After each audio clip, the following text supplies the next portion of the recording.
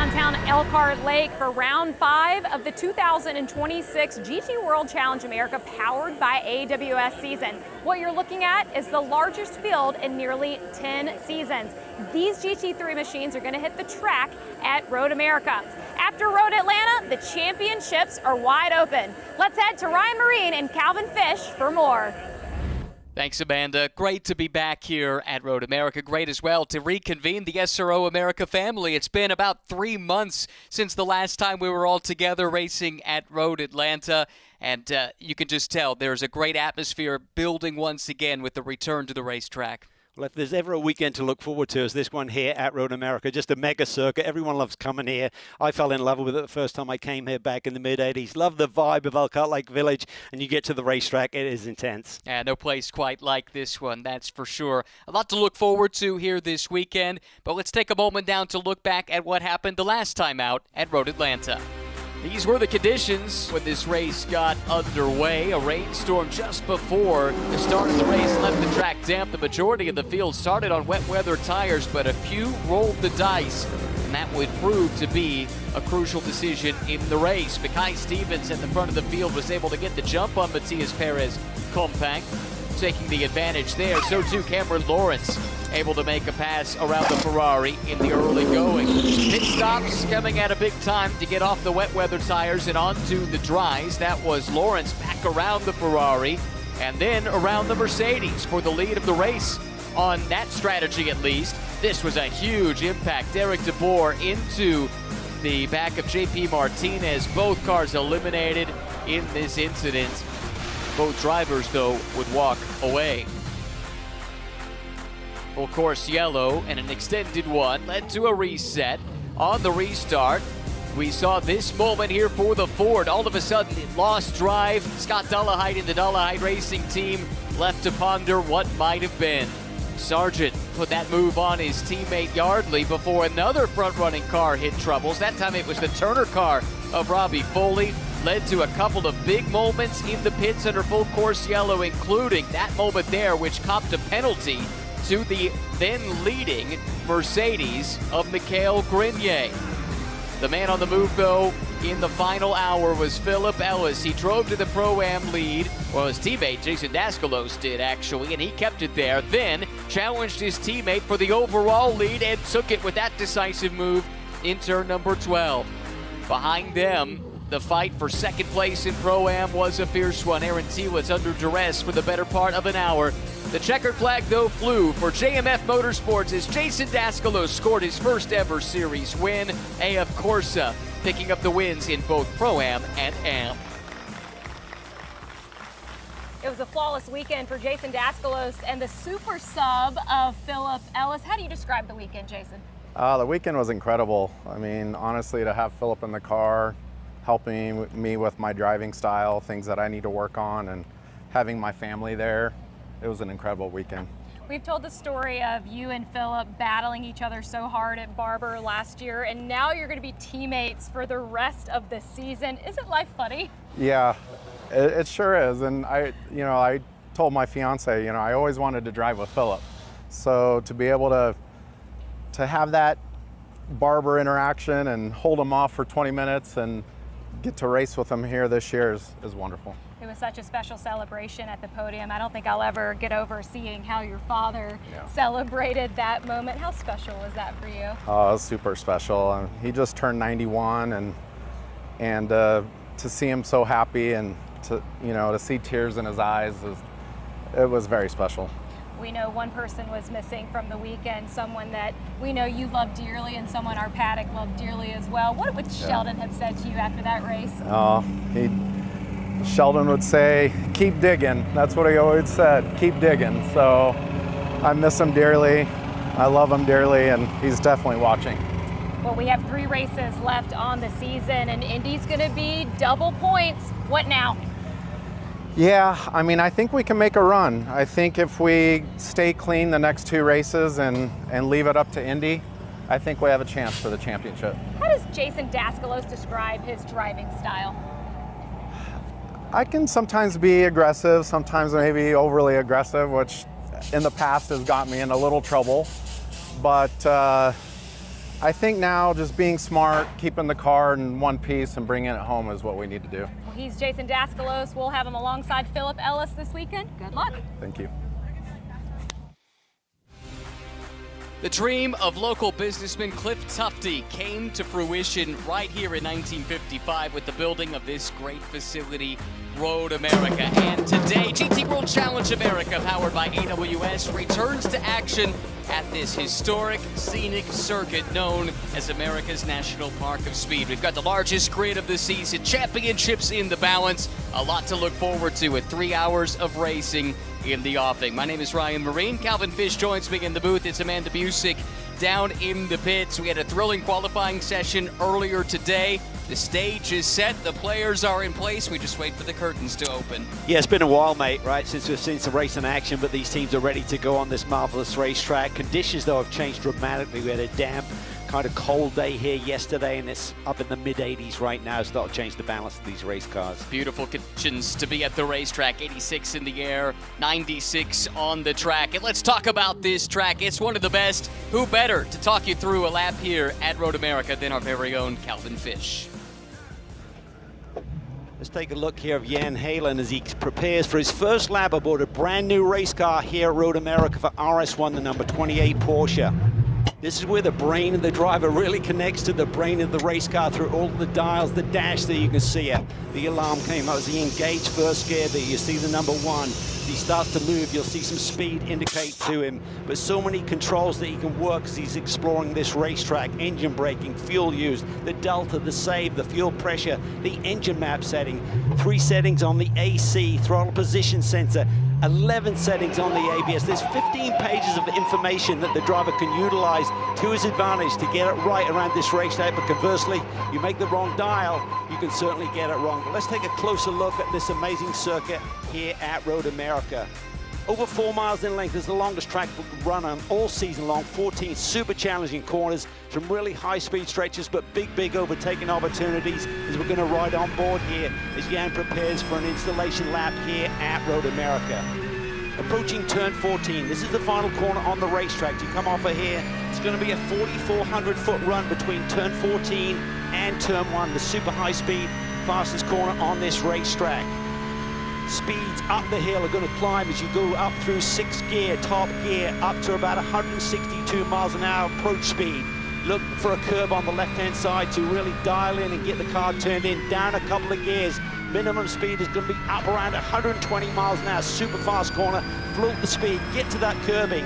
Don't use too much track exit. They will call that with track limits here this weekend. Plunge down the hill, grab a gear, then down to turn 3. Super important corner here. Got to have a good, clean, tidy exit. Get the throttle down early and get that traction. 3,800-foot run here down the Moraine Sweep towards turn 5. A great overtaking opportunity in the race here this weekend. There's going to be max compression here on the brakes all the way down to 2nd gear as you try and utilize the ABS to get the car turned in and hit that apex. Minimum speed here, only about 60 miles an hour. Then a burst of speed, grabbing a gear up the hill on the climb towards turn 6. Tricky to find the turning point. It's right at the crest of the hill. Get that apex right, then float the speed out, setting up for turn 7. Super tricky right-hander. It's off camber on the X-Air, using the grass screen here to maybe save the race car. Up another gear, down towards turn 8. Big compression zone again. ABS kicking in, trying to get that left side hooked. You now set up for 2 of the most daunting corners in all of North America. Approach speed into the carousel about 115. You're just teasing the throttle here as you're trying to pick it up and see that radius. As soon as you see the exit, you fire it off using all of the road. Now is the high-speed king, about 150 miles an hour through here, trying to hit your marks. Don't touch that inside curb. Use the exit there. Then just try and shortcut the racetrack all the way down towards the brake zone for Canada Corner. It's very bumpy on the inside there if you try and make a move. Down to 3rd gear, settling the car down, then just squeezing back on the pedal, using all of the power there on the exit, then setting up for Billy Mitchell Bend. Used to be a big bridge here. You couldn't see this corner as well as you do here today. Use the excess route on the outside there to the driver's right, setting up, cars on its tippy toes. Turn 14, 3rd gear, blast of power, and that completes a lap here at the National Park of Speed. It is a special place, Road America. Drivers revere it. Fans love coming here. It has just a little bit of everything. And while the infrastructure has changed, while the paddock has grown up over the years, the layout has remained the same and true to its original challenge. Yeah, and that's what we love about it. Yes, you come here, the experience is better, but the racetrack, the layout is the same, and it provides a little bit of everything. You got some daunting corners, some low-speed stuff, whereas super technical, I have a lot of patience. Then it just takes big commitment. If you want the lap time here, you have to put it all on the line. And this morning, no one put it all on the line better than AF Corsa USA. Matias Perez-Molbank and his teammate for the weekend, the returning champ, Miguel Molina. First time we've seen him in this paddock for close to a decade. They secured the overall pole position. However, that onboard lap with Jan Halen, his co-driver, is a new one for this weekend. The impressive youngster Danny Deshelski. How many eyes do you think he opened with his qualifying performance that today? was something. He was fourth overall in his qualifying session there, had the pole momentarily, and then it's a combined average between the two drivers. They've still got a good qualifying slot there, third in class. But yeah, that was amazing by that young driver. Zero GT3 experience, none here obviously at Road America. To put it together in a qualifying session so short was really a superb run. Those are some of the drivers on the positive side of the equation leaving qualifying. Some that have some work to do here today, including Random Vandals Racing with Derek DeBoer, who starts 10th in class, 15th overall, told us just missed it on the tire pressures for the qualifying setup. So they've got some work to do today. This man, Tom Sargent, when he climbs aboard the GMG Porsche, they'll come from 10th overall, 5th in class. But you know what? He is must-see TV, and it's getting close to go time here at Road America. About time to head down to the track for pre-race festivities. Here to sing the national anthem, please welcome Lucy Rose.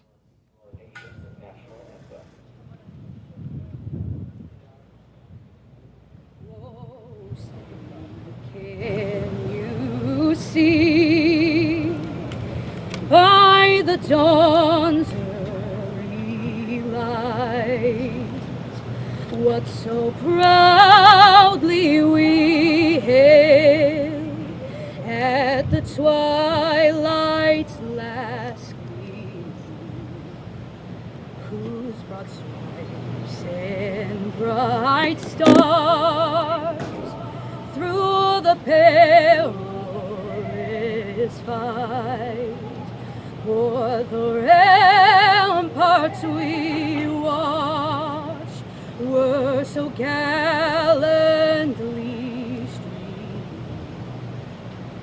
and the rocket's red glare, the bombs bursting in air, gave proof through the night that our flag was still there. Whoa, say does that star-spangled banner yet wave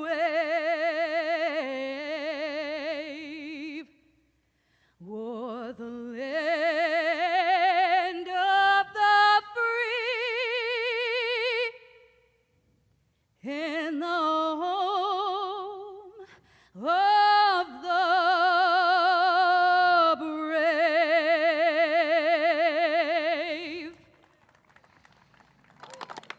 Pre-race festivities underway at Road America as we get set for the next round of GT World Challenge America, powered by AWS. This is a busy weekend for GT racing all around the globe. GT World Challenge America, Europe, and Asia all in action here this weekend. And though it's been a long break for us here in the North American Championship, it's been a busy time since the most recent round at Road Atlanta. Let's take a look at what's been going on in the world of SRO.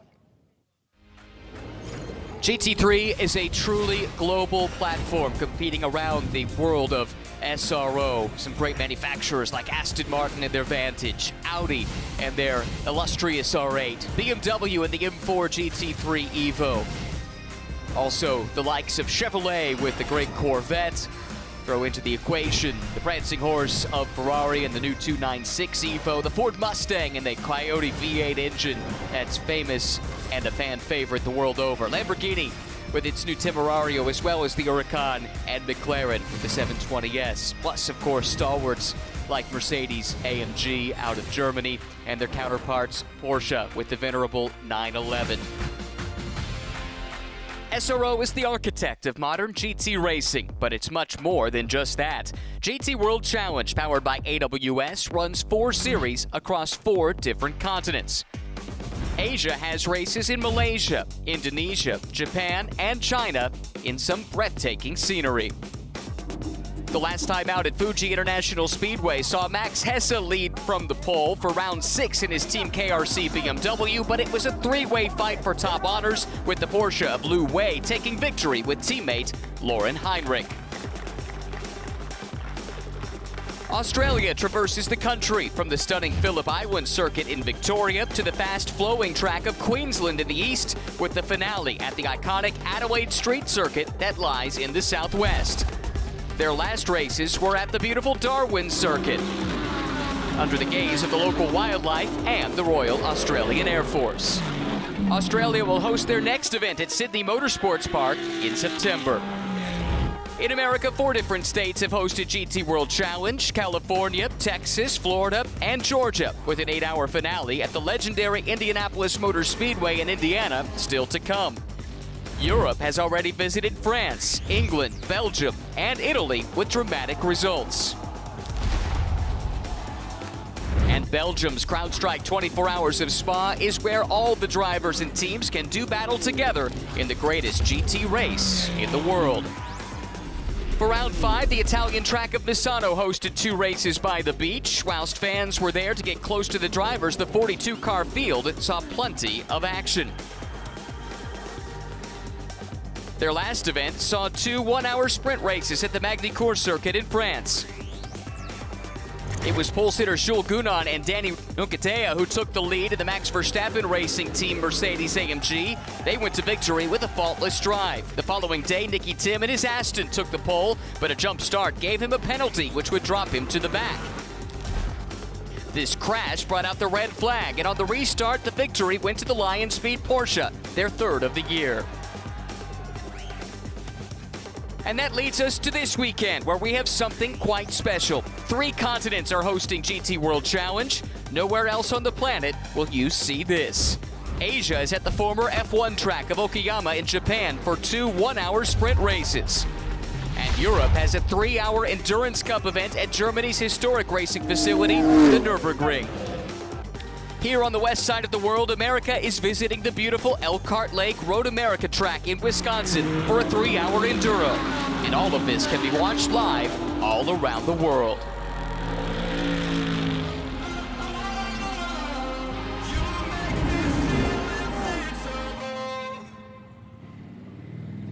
And what a beautiful weekend it has been here in Elkhart Lake. We kicked it off on the streets of Elkhart with the parade on Thursday, and it'll become the punctuation here as we have round 5 of our 2026 GT World Challenge series with the 3-hour right here at Road America. A ton of storylines heading into this weekend after summer break, and one of those is now the co-driver along with this guy on the pole, and Matthias Perez-Companc, who saw victory at Road Atlanta. Welcome back to Miguel Magdalena, back into our paddock, but no experience here at Road America. How'd you do it? Well, it's my first experience here in Road America. It was one of the only racetracks in America that I didn't drive, and I'm really enjoying. It's one of the best ones I've been, and really happy to be back here in this championship. It always takes in a good position in my mind after the 2017 and 18, where it was really good for us.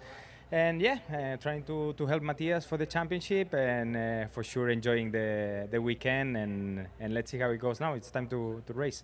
There's a lot of positions around this track that can be risky. What have you learned quickly here?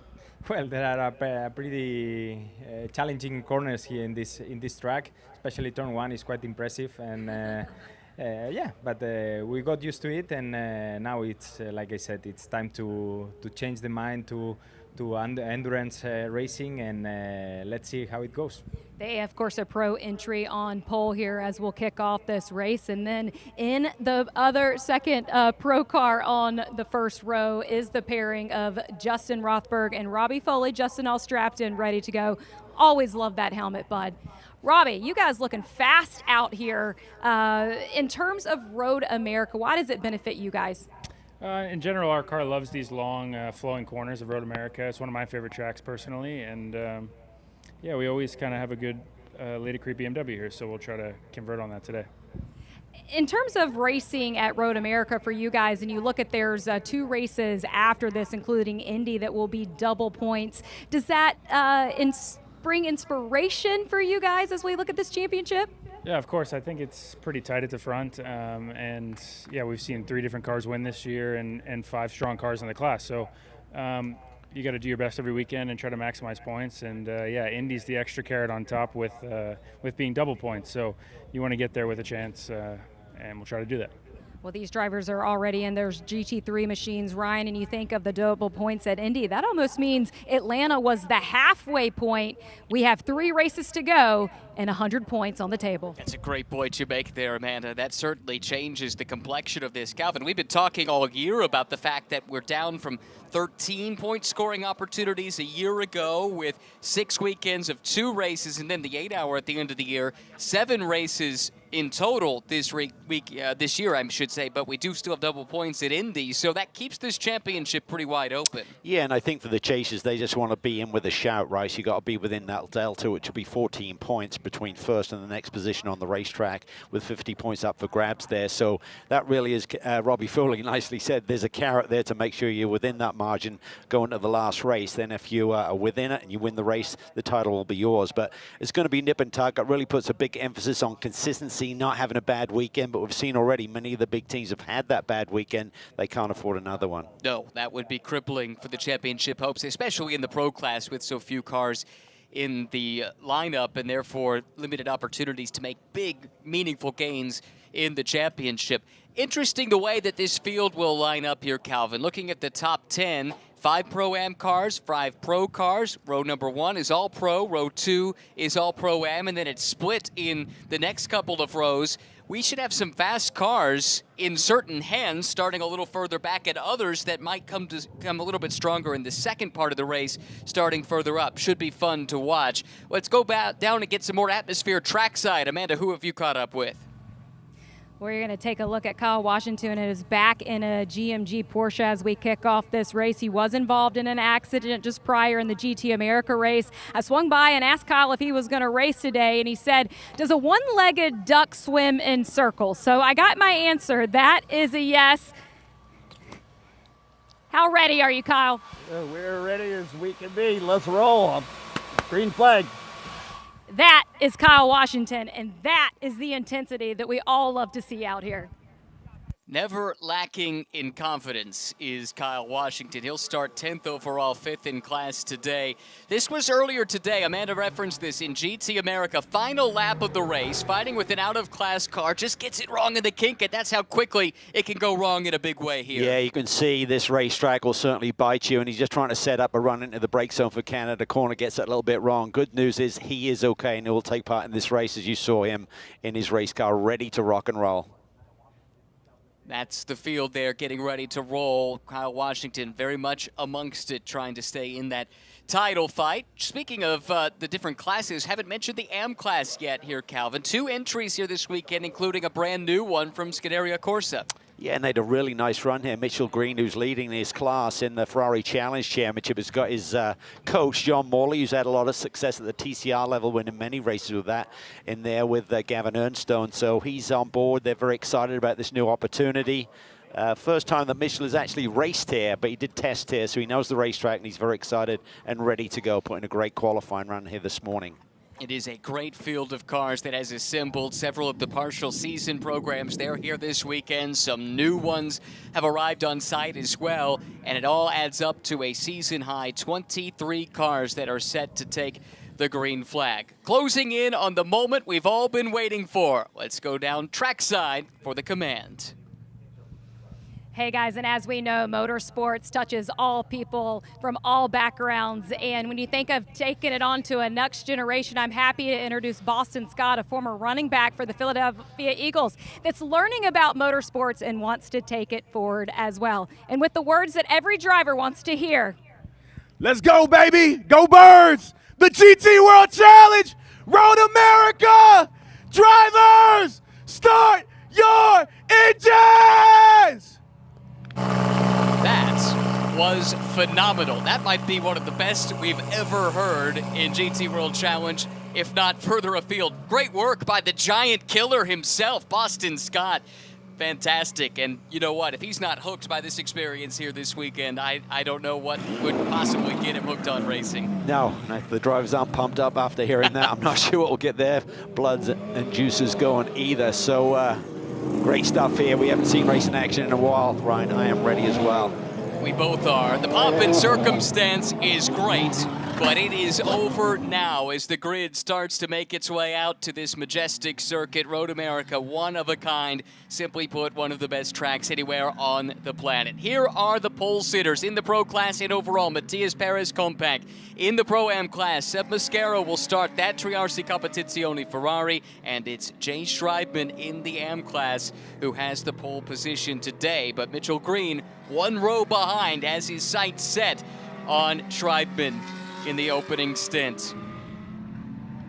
This is the way that the field will line up for 3 hours of racing for GT World Challenge America, powered by AWS. Rova pole position overall to Matias Perez Compact. He's got Justin Rothberg alongside, starting in the second place. Then it's Sebastian Mascaro in third. Brayton Williams will start in fourth today, Mercedes for TR3 Racing. Then it's Mackay Stevens, championship leader in Pro, starts out back in fifth. Danny Dashelski on debut lines up right in the middle of a Pro class fight. Michael McCann Jr. for McCann Racing next to Todd Coleman. Good qualifying effort for Archangel Motorsports in their McLaren.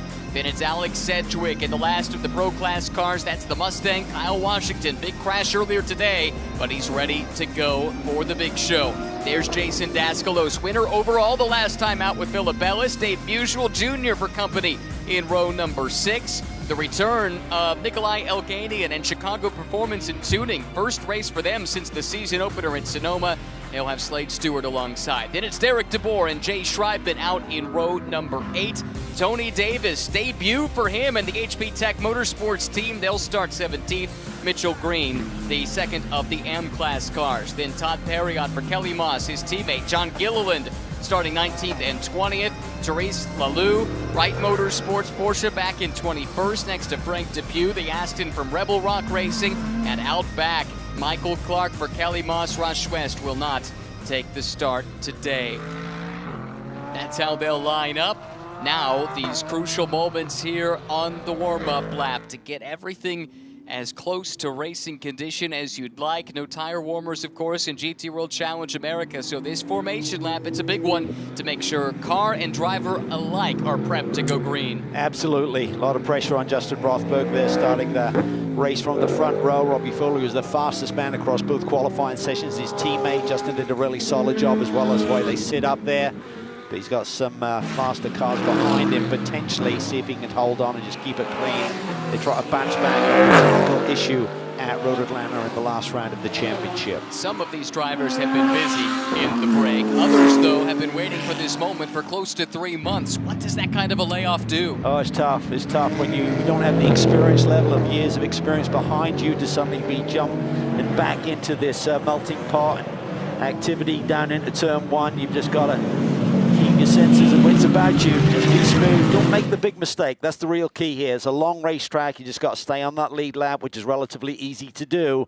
Don't get stuck. Don't damage the race car. Toyota GR Supra safety car starts to pull away. That means Matias Perez Compact, for the second time in his career, will lead the field to the green flag. He'll have the reigning Pro-Am champ alongside, but this year in the Pro class, that's Justin Rothberg.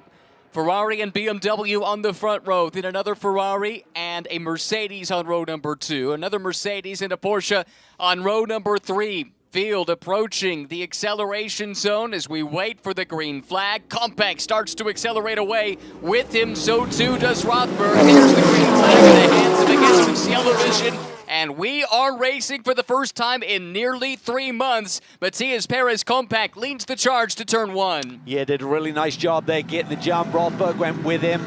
Ferrari runs wide there through turn 1, side-by-side action, keeping it nice and clean, no touches so far. Mackay Stevens not waiting around. That's the white Mercedes looking to the inside of the blue Mercedes. Mackay doesn't want to get separated from the rest of the Pro Class fight. Looks like he cleared. No, he didn't. He had to drop back in line. It's Williams now on the attack, perhaps for the Pro-Am lead. Ferrari has it. Mercedes trying to take it away. Yeah, Williams is having a really good start to this motor race. Looks to the inside, down in that heavy brake zone into turn 5. Mackay Stevens closes in the red and white Mercedes there, mid-pack as well. Little touch, nose to tail. That was McCann just barely into the back of Dyshelski, who sits 3rd in the Pro-Am ranks. This is his first ever start in a GT3 car, and he's already mixing it up with the front runners. Yeah, as impressive here in race conditions as he was in qualifying here this morning. What a run for the RS1 team. Oh, I thought that was a problem there for Alex Sedgwick for a moment, but he's just weaving the Mustang back and forth, trying to generate some tire temperature. He has Todd Coleman in the McLaren just up the road. That's 8th and 9th overall. That said, good getaway from the pole man. Matias Perez Compact has been able to build a bit of a lead, but there's been a problem. That's John Gilliland in the number 88. That car has made contact with something and gone for a spin. We stay green for the moment. Yeah, I don't want to stay green though. That car looks to be heavily wounded there. Certainly the right front suspension looks to be at a weird angle. His driver's still trying to make a move there. Mid-pack, Derek DeBoer on Kyle Washington. Derek was not happy with the qualifying performance. Full course yellow is out. Said they just missed the tire pressures. Put him in a very limited window to get the quick lap time in. Unable to do so, so they've got some work to do. He's targeting the Hard Charger Award here today, but he's down in 7th in class at the moment as the full course yellow flies. Matias Perez Compact will come around to lead lap number 1 as the cleanup for the issue for the 88 of John Gilliland necessitates the caution flag. And just to go over some of the rules and regs of this 180-minute race, 3 hours, of course, 75 minutes is the minimum drive time. Maximum stint length is 65, so around about the 10-11 minute mark, you could see some strategies start to play out. So we'll have to wait and see how long this cleanup is, because you may see some teams elect to send their car down pit lane, reset that driver's stint length. Then they can get to the 75-minute mark in this race and potentially pull the starting driver out of the race car. So there's a lot of flexibility, big windows as I call it, in terms of where you make the 3 mandatory fuel stops that have to take place during the race today. The time on pit lane is 86 seconds, including all of the surface. And that does not count toward the drive time, crucially, so that will have to be factored into all of these teams' strategies here today.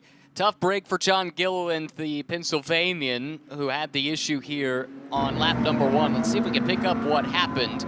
It's the car that's painted up like a cow coming through the turn 6 area, wiggling back and forth and ends up in a lazy spin. Yeah, got pinched there a little bit, then just got in a bit of a tank slapper, I think, and just overcorrected on relatively cold tires. As you said, no tire warmers are allowed in this championship, so just side-by-side action through turn 6. I think he squeezed on the power, had a little moment, a little snap of oversteer, tried to correct it and just gets it wrong, unfortunately. Deprives us of the chance to see one of the hot young GT talents in the world. Luke Hartog, his Dutch teammate.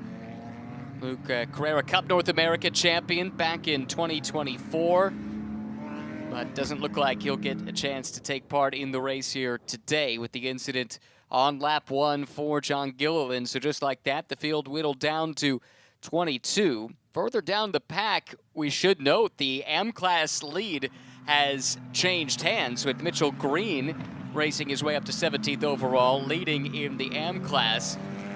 Keep an eye on that battle, but another impressive newcomer, talked about this earlier, Danny Dyshelski in the RS1 Porsche, filling in this weekend for JP Martinez. Let's hear from his veteran teammate, Jan Halen, who is with Amanda.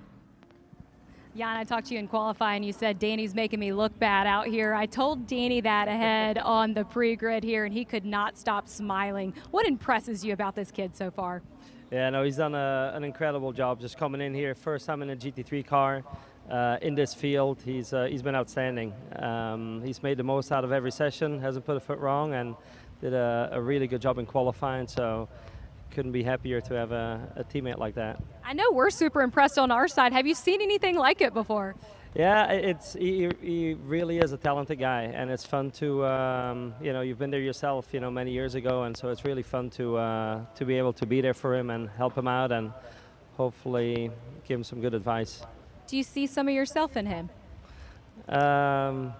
It's funny you say that, but yeah, no, I think he's got a lot of confidence, and you need that in racing. So he's obviously still very young. But I think with the right people around him, I think he's going to do really well.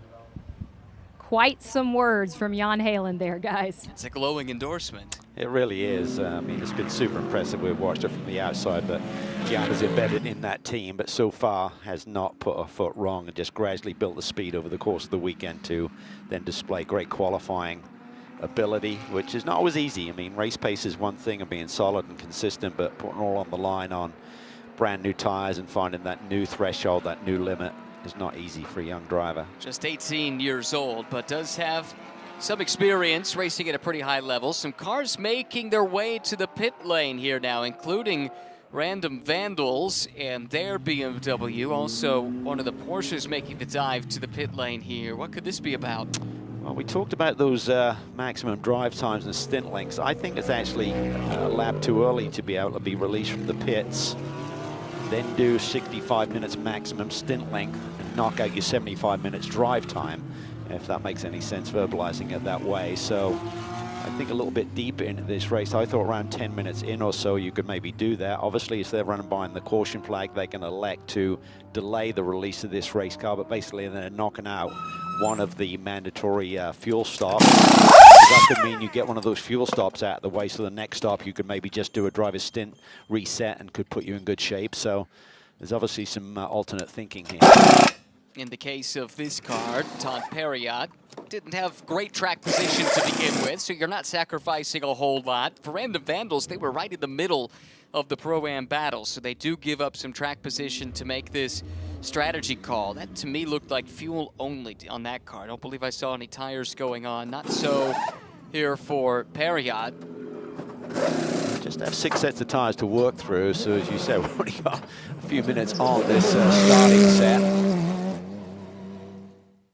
Now let's file this away though and see how this factors into the strategy as we go. Doesn't look like they're holding the cars there, so maybe it is simply knocking out those mandatory fuel stops here early, which gives you a bit more strategic wiggle room later on. Yeah, a lot more flexibility to work with, so maybe when some of the other teams have to come and take fuel, they can just elect to drive through pit lane. That gets you the reset, but well, you have to come to your pit box, but that gets you your reset.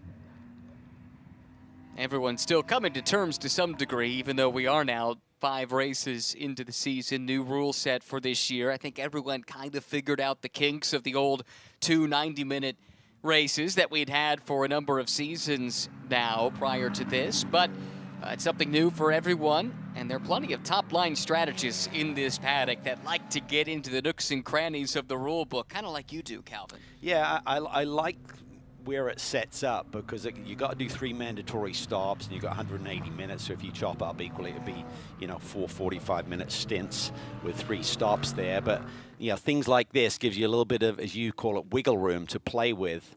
Knock out one of the mandatory stops, but then work with the stint length by just driving through pit lane, gets you reset on that. So I think the teams, particularly if you've got relatively poor track position, why not? Do you know what I mean? It's just almost like a mulligan there. So take that, put it in your pocket, and see how it plays out here. Obviously, the one unknown is how quickly they go back to green flag racing, so that's got to be factored in. Well, we are right now, it looks like, because the lights are off on the safety car. This is what's left to do of the cleanup, and I think the safety car has effectively left the field already, which means a restart appears to be imminent. Matias Perez Compact aced the test on the initial start, but this time he'll have the BMW lined up directly behind, and the BMW certainly reputationally, Calvin, awfully quick in a long straight line, and that's exactly what we're staring down the barrel of right here at the exit of turn 14. Yeah, and you see this little concertina amongst the front runners there as Rothberg's really up on the wheel, just trying to see the timing of Perez Compact when he launches off at turn 14, and he is gone. Plenty of dust kicked up in the air to obscure the view of those further back in the pack, but pretty good getaway from Compact. Instead, it's Mascaro, third on the road. That looks a little bit vulnerable. Brayton Williams is there in the slipstream. Others popping out side by side further back. Here comes Williams, though, rookie driver, first season racing at the GT3 level, slides up the inside and takes away the lead in the Pro-Am class. Yeah, and other cars now trying to take advantage of Mascaro as well there on the run down to turn 13. Bold move down to the inside there by Alex Sedgwick, the big white Mustang there, middle of the pack. That's for class position. He's fighting with Michael McCann Jr., 4th and 5th in the Pro class. See what kind of momentum they have, having run side by side through turn 3. Look at that V8 Coyote engine in the Mustang, powering him down the straightaway. No room to go through, though, because they fanned out side by side ahead. Mascaro contact with Dyshelski there. Yeah, I think he's trying to do the crossover there on Mackay Stevens, who made the move and didn't realize that Dyshelski had got to his inside there, so he got away with that by not being turned around himself. There's nothing that Dyshelski did wrong. I think Mascaro just kind of didn't really read where the rest of the cars were. Stevens able to clear Mascaro there. Now just one out-of-class car between himself and the top 2 in Pro. Mascaro the cork in the bottle at the moment, fighting for all he's worth. He's got 2 Pro-class cars directly behind. First it's McCann, then it's Sedgwick. It was unfortunate there for Dyshelski. He did nothing wrong. He looked like he's going to be in great shape exiting the corner, maybe take advantage, but Mascaro just didn't realize where he had positioned the race car. I think it might have briefly cost him a position. Seems like he's gotten back around Todd Coleman in the McLaren, though. Well, that Mustang is looking pretty stout here through the kink and in the run to Canada corner, forces McCann on the defensive. Look at this move around the outside. Is there enough space? Is there enough grip? For the moment, the answer is yes. Alex Sedgwick still side by side with McCann, who finally has to give up the fight. Brilliant move. That was feisty there by Alex Sedgwick, being forced really wide there through Canada corner, just kept his foot in it and made a move to the inside that super high-speed left-hander Billy Mitchell bend.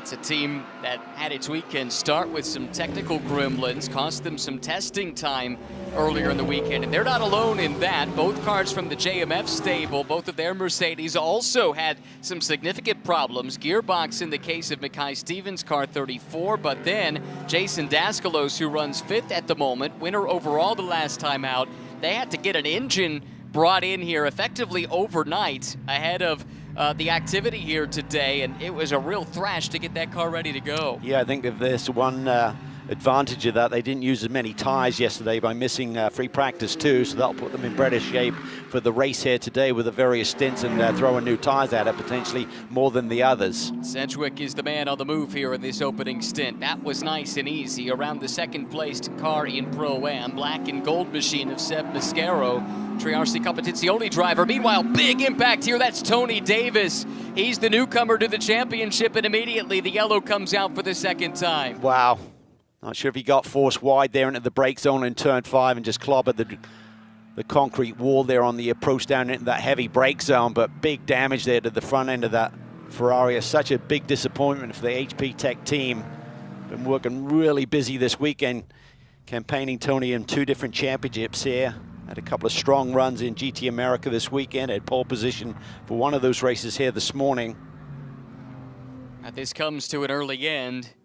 Hate to see that for Tony and for the team, also for Scott Andrews, who's been waiting for this chance all year. We've been hearing rumors they were evaluating a GT World Challenge America program, and it came online here this weekend, but it ends even before we put 15 minutes on the clock.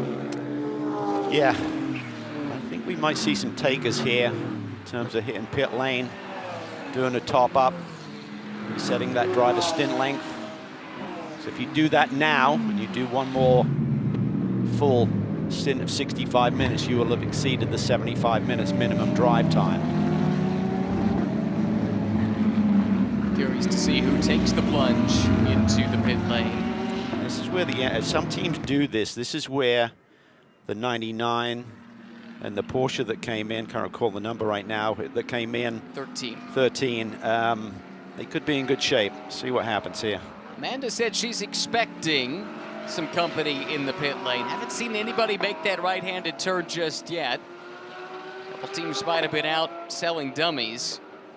Also possible, haven't seen a message if the pit lane's been open or not yet. Yeah, it might have to be bunched behind the safety car first. Yeah, that could be the reason why. But do see just out the window several teams over the wall with gear on, perhaps considering the strategy play that you're alluding to there, Calvin.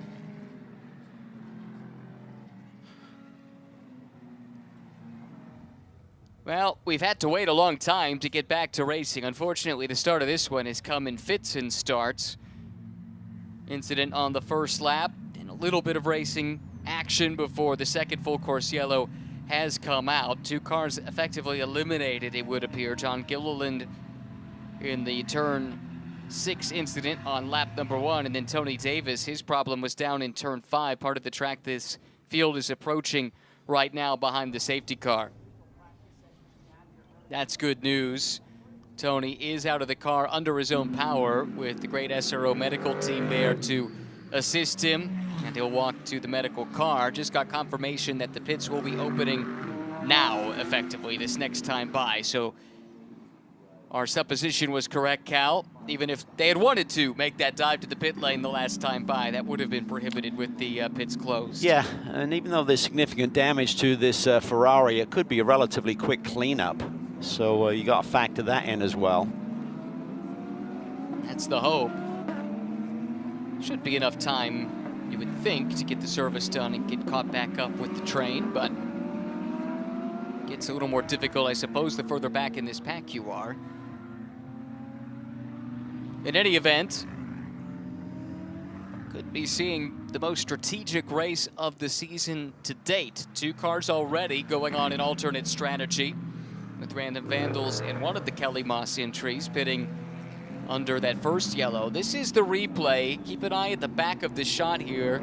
See if we can pick up what happened or if it's just the end result. You can hear it before you can see it. That car already had a lot of damage before we even got a look at it. Makes me think it had come across the track, hit the wall, and then run along the wall until it came to a stop there in the runoff area in 5. And again, the good news, we did see Tony Davis out of the car under his own power. Again, let's see who plays the strategy of pitting now. Get one of those refueling mandatory stops knocked out.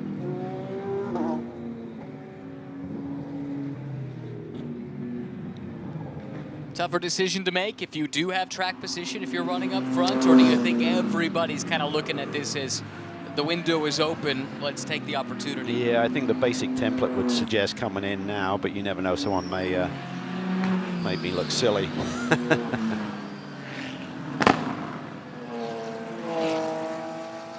Again, you just got to work the back end of the race, back time everything.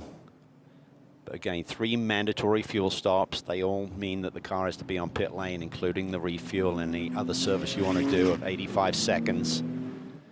And this is where, let's see if one of those teams that came in, the 13 and the 99, can come in, get the driver stint length reset and not take fuel and just leap themselves up the order here. At the front of the field, of course, calls in the leader, Matias Perez Compact, and so far, everyone will follow them down the lane. Now, who will stay out, if anyone? Looked like maybe Random Vandals was going to go ahead and come in here as well. But they might not put fuel in the car, which could allow them to jump a few places here in the pit. So let's keep an eye on that. Meanwhile, we're hearing we could see a driver change for the Dollarhide Racing team. Alex Cedric's been on the march here early on. Cameron Lawrence, might see him with an early stint here playing the strategy card. Yeah, he's got his full family here. Wife Morgan and the 2 kids now. That's right, new addition right around the time of Sebring earlier this year. Jet, new young boy. The stop. Cedric had driven this car up into 5th. There is the driver change taking place. RS1 doing some quick work in the lane. I think I just saw the Random Vandals machine leaving, so they had just done a driver reset there. And that was the advantage by coming in and knocking out that mandatory fuel stop. So that is great strategy there, and has played right into his hands with 2 early yellows in this motor race. And Kelly Moss has done the same, sending Todd Perriott straight out. Now we'll have to get to the bottom of how Chicago Performance and Tuning was able to steal the march. They actually were the first car out of the pit lane, did not pit under the previous yellow, but they must be taking a roll of the strategy dice. Yeah, well, I'm not sure they could have done their mandatory fuel stop. I think they just did a reset potentially, because otherwise they got to be way sharp trying to pull up that data here. I agree with you. I think that must be what happened.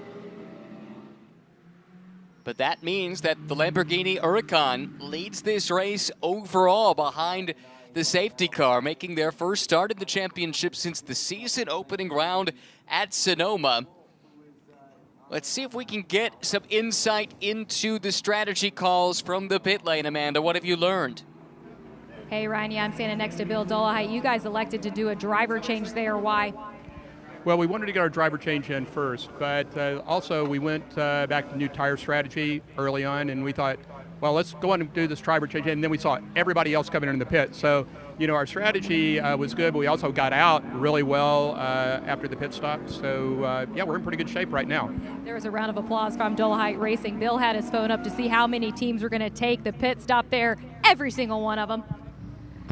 Everybody came in, but not everyone did the same thing, Calvin. You've dived into the numbers. Yeah, for Nikolai Alganian, they did not do the minimum stop time, so they've still got 3 of those to knock out.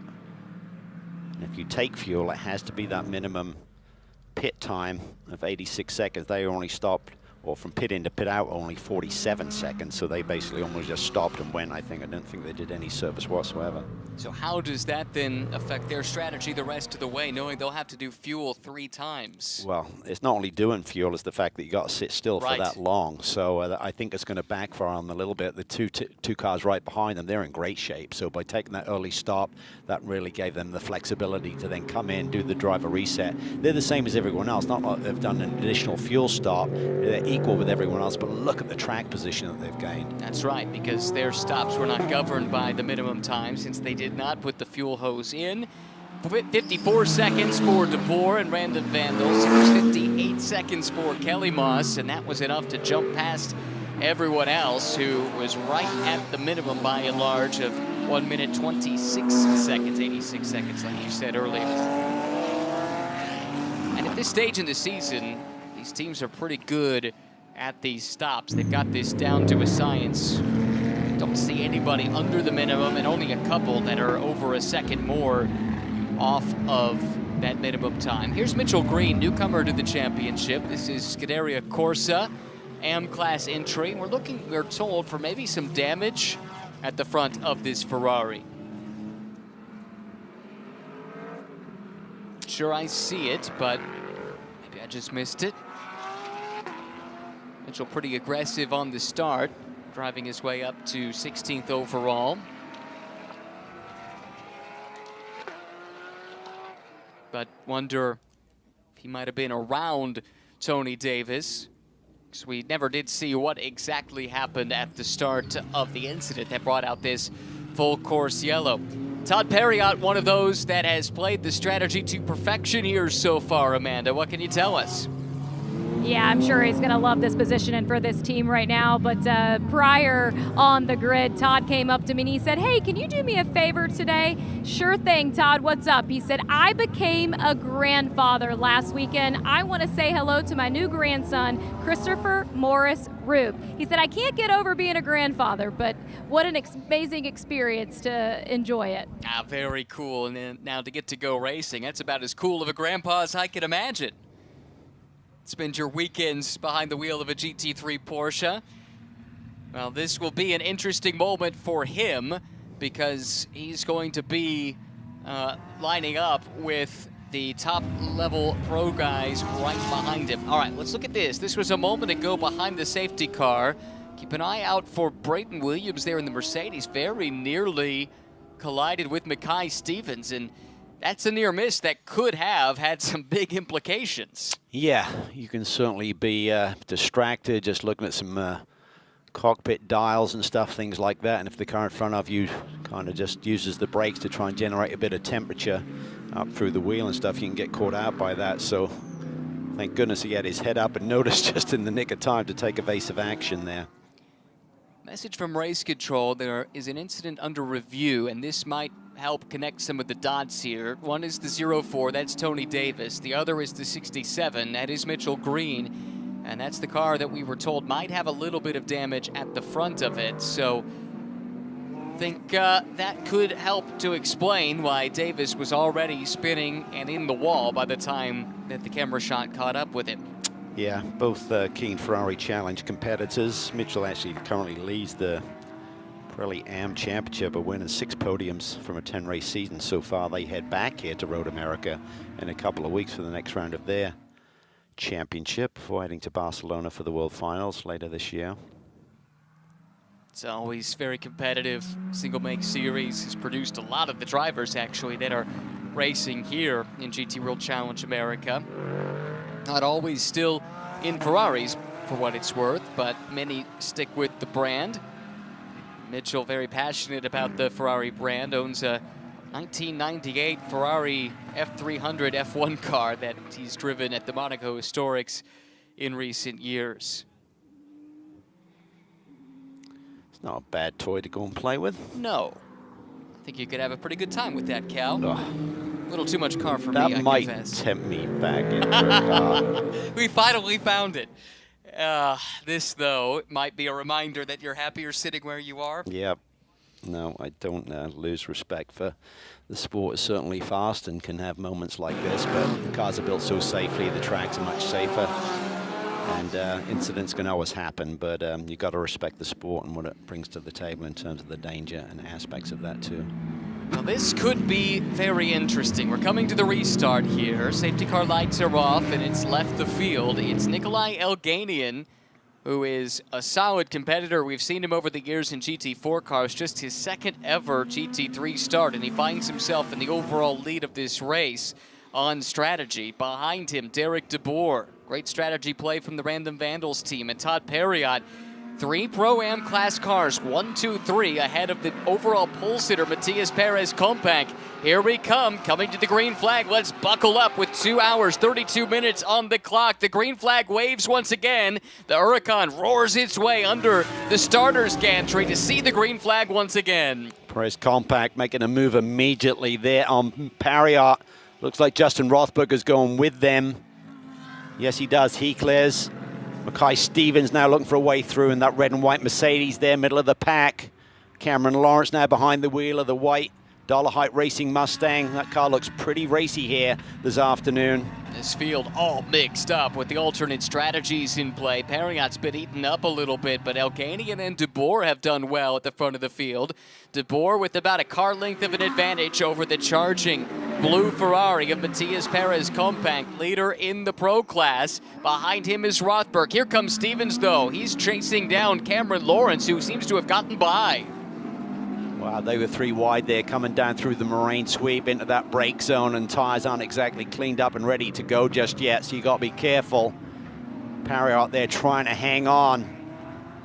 That incident in turn 5 has been ruled on. Drive-through penalty coming the way of the newcomer Mitchell Green. Meanwhile, Derek DeBoer got the track position they so desperately wanted. Now he's got his hands full. Here come the front runners in pro. 1, 2, 3, 4, and 5 in class, all lined up directly behind him. But look at Nikolai Elganian. He has taken off there in that Lamborghini. Just a great run. DeBoer's got his hands full, being mauled right now. He's got cars all over his tail. He'll know, though, that these are not for class position. No reason to put the car in a compromised spot. Oh, somebody kicked up some dust there at the exit of the kink. Hopefully everyone continued on. Down in Canada corner, Compact has put the move on DeBoer, and the full course yellow is out.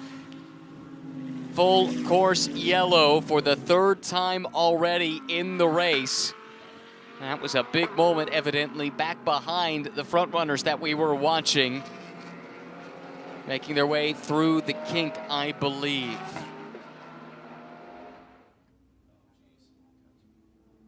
Understand multiple cars are involved in the incident. That is the extent of our information at the moment. Safety car deployed once again. Just looking at those that have dropped down the order, Michael Clark, Frank Depew, Kyle Washington, Todd Perriott, all have fallen to the bottom of timing and scoring, so intuition would indicate that perhaps those cars were involved in whatever has transpired, but it was a quick trigger from race control. The full course yellow comes out promptly to neutralize the race once again. Yeah, and if Kyle Washington was involved, that's the second one in the space of just a few hours. That's true. At the big crash that we chronicled earlier on the final lap of GT America, got himself cleared, or I should say was cleared. He had nothing to do with it. It was simply whether or not medical determined he was good to go. Got the okay, and he was eager to take part with GMG. They are the leaders in the Pro-Am Championship, so. Right. Let's talk points, because we haven't done that yet. We'll start in Pro-Am, where Washington and Sargent are leaders by 12 points over the Musial Yardley pairing, which, did they get through that unscathed? Yes, it looks like they did. Sitting 8th in class at the moment. Then it's Jan Halen, although don't know exactly what that's going to mean for the points, because he's now a pro driver split from his AM, having driven with 2 different AMs, and past precedent would indicate that he probably disappears from the points tally because of that, but need to get that confirmed. Then Jason Daskalos, who suddenly appeared in championship contention by virtue of the win at Road Atlanta. And so potentially this could be a day he picks up the pieces, and maybe a few others could get back into the hunt, with seemingly a few other front runners involved in this incident. Yeah, gonna have to wait for the dust to settle, literally, to see who's involved and how big the damage may be, not only to the race cars but also their championship. Just got a glimpse in the background of some dust, and I thought I saw a car off track in it. And that is a very narrow part of the circuit. We've talked a lot about the various upgrades that have been made in the last few years, and going back ahead of last season, the addition of that grass crate, as it's called, at the exit of the kink, and that's opened up that corner. It's probably saved a race car or two over the last year and a half, but it's still a treacherous turn that is widely regarded as among the most daunting in North America. Absolutely, and as we said earlier in the weekend, you give drivers an inch, they want an extra inch, and they basically used that and a little bit more, and the dust was certainly flying there, so coming up on that area right now. Safety vehicle making its way to the scene of the incident. Can confirm that timing and scoring is showing the 13 of Perriott stopped. Same for the 32 Porsche of Washington. Same for the 17 Porsche of Clark, and the Aston from Rebel Rock Racing. That's Frank Depew.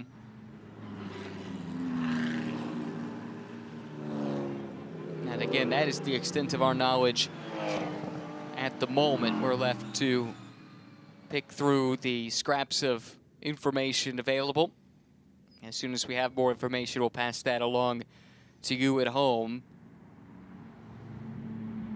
Not the way we were hoping this race would get started, Calvin. A lot of optimism, a lot of excitement, especially given how long we've had to wait since the last round. But you get the sense there might have been some pent-up anxieties before this race got underway with the long break. Yeah, a lot of people trying to settle in and not pointing any fingers, but obviously with the Pro-Am pairings, it's the AM driver who starts these races. So when you're in those close battles, and if something goes wrong, sometimes the decisions that a pro may be able to make, the inexperienced driver does not. But not pointing any fingers right now, but you know, those sort of speeds, sometimes it's just hard to get out of the way if someone has a moment in front of you. And I'd add as well, with the alternate strategies in play, you had some drivers that are relatively new to racing at this level with some track position ahead of really fast and experienced pros in the case of the pro cars, and some experienced AMs as well in some of the Pro-Am cars. And you just wonder if that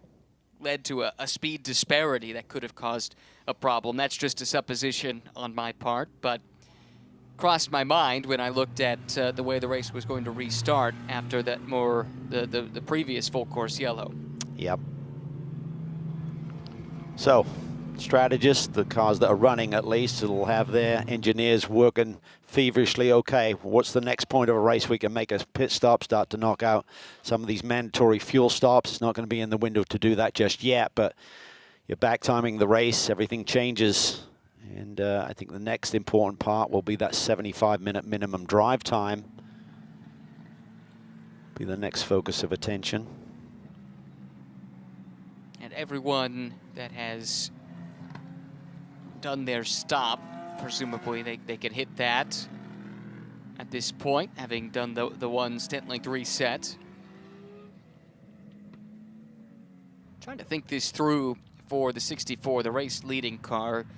They are the only team that has not yet done one of their mandatory fuel stops. And I'm trying to think if there's a way they could use this yellow. I'm not sure the pits have been opened.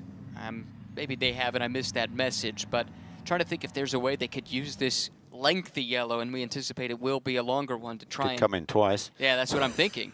Exactly. Yeah, you're going to basically end up at the back, but come in twice.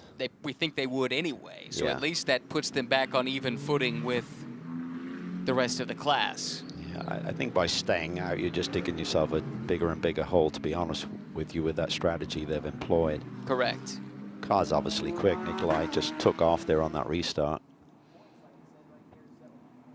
Cool to see him get this opportunity. It disappeared somewhat from the motorsports scene the last few years. It had been a while since he and Matt Siljahaug had been racing in GT4 America, but really exciting news when their partial program was announced at the beginning of the year. Nikolai always with that big smile on his face. You've always said he looks like a doppelganger of Daniel Ricciardo, He does, right? Danny Rick, yeah. Similar vivacious personality as well. Yeah, no, great. I mean, really enjoyed when they ran in GT4. And great to see that Lamborghini's got the sort of performance they're displaying with it. So be good to see a few more of those in the championship.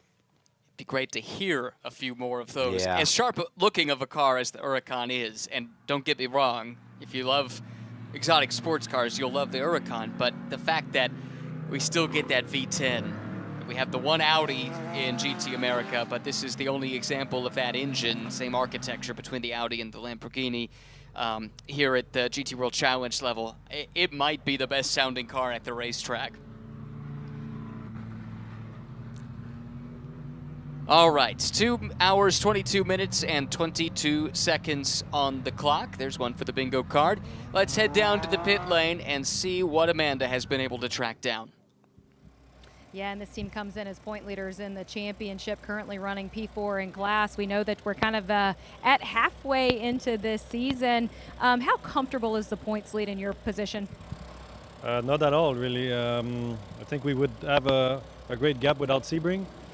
Also, Atlanta, we had some issue at the end of the race, so it's super tight now. I think it's 7 points. We're struggling this weekend, so yeah, we'll see how it comes out in a few hours, but yeah, not easy. How do you make the best of today then?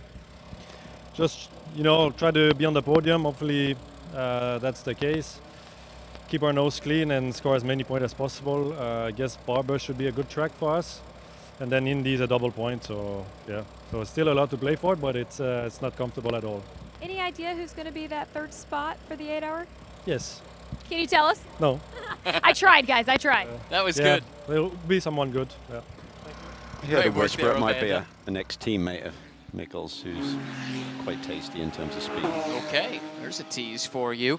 This is the remnants of the incident. We have had confirmation all 4 drivers were able to walk away. That is the good news, but obviously the cleanup is significant here. This is at the exit of the kink, and I think this is a look at what transpired to bring out the 3rd full course yellow of the race.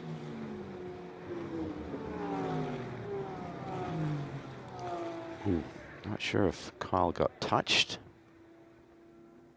Was Kyle the first one that went Harriot was. Harriot was, okay. Yeah, it was awfully tight there. Therese Lalou there at the back did the prudent thing with no one behind her, just stopped and made sure. That's not easy to do at 150. No, but made sure the incident area was clear before she went through. Puts her up into 10th in class at the moment. That was a big one, and it goes to show again just how quickly things could change, especially in a corner as unforgiving as the kink. We do have a pit caller here, Calvin, and it is Therese Lalou, and she had to drive through that incident zone right away, and I wonder if that could have caused a concern for a puncture, or if, again, this is a strategy play with the car already at the back of the train. Yeah, I mean, just knock out another refueling stint. Let's see what you got on the board. The real question mark is then, if you start to do just driver stint resets, do you have enough fuel on board to do just one more refuel at this point to the end of the race? With enough yellow, you probably can with 2 hours, 19 minutes, but seems like she's just done a drive-through, so just done a driver reset. Okay. Did she stop, though? I thought you had to stop to do the reset. That's my understanding as well.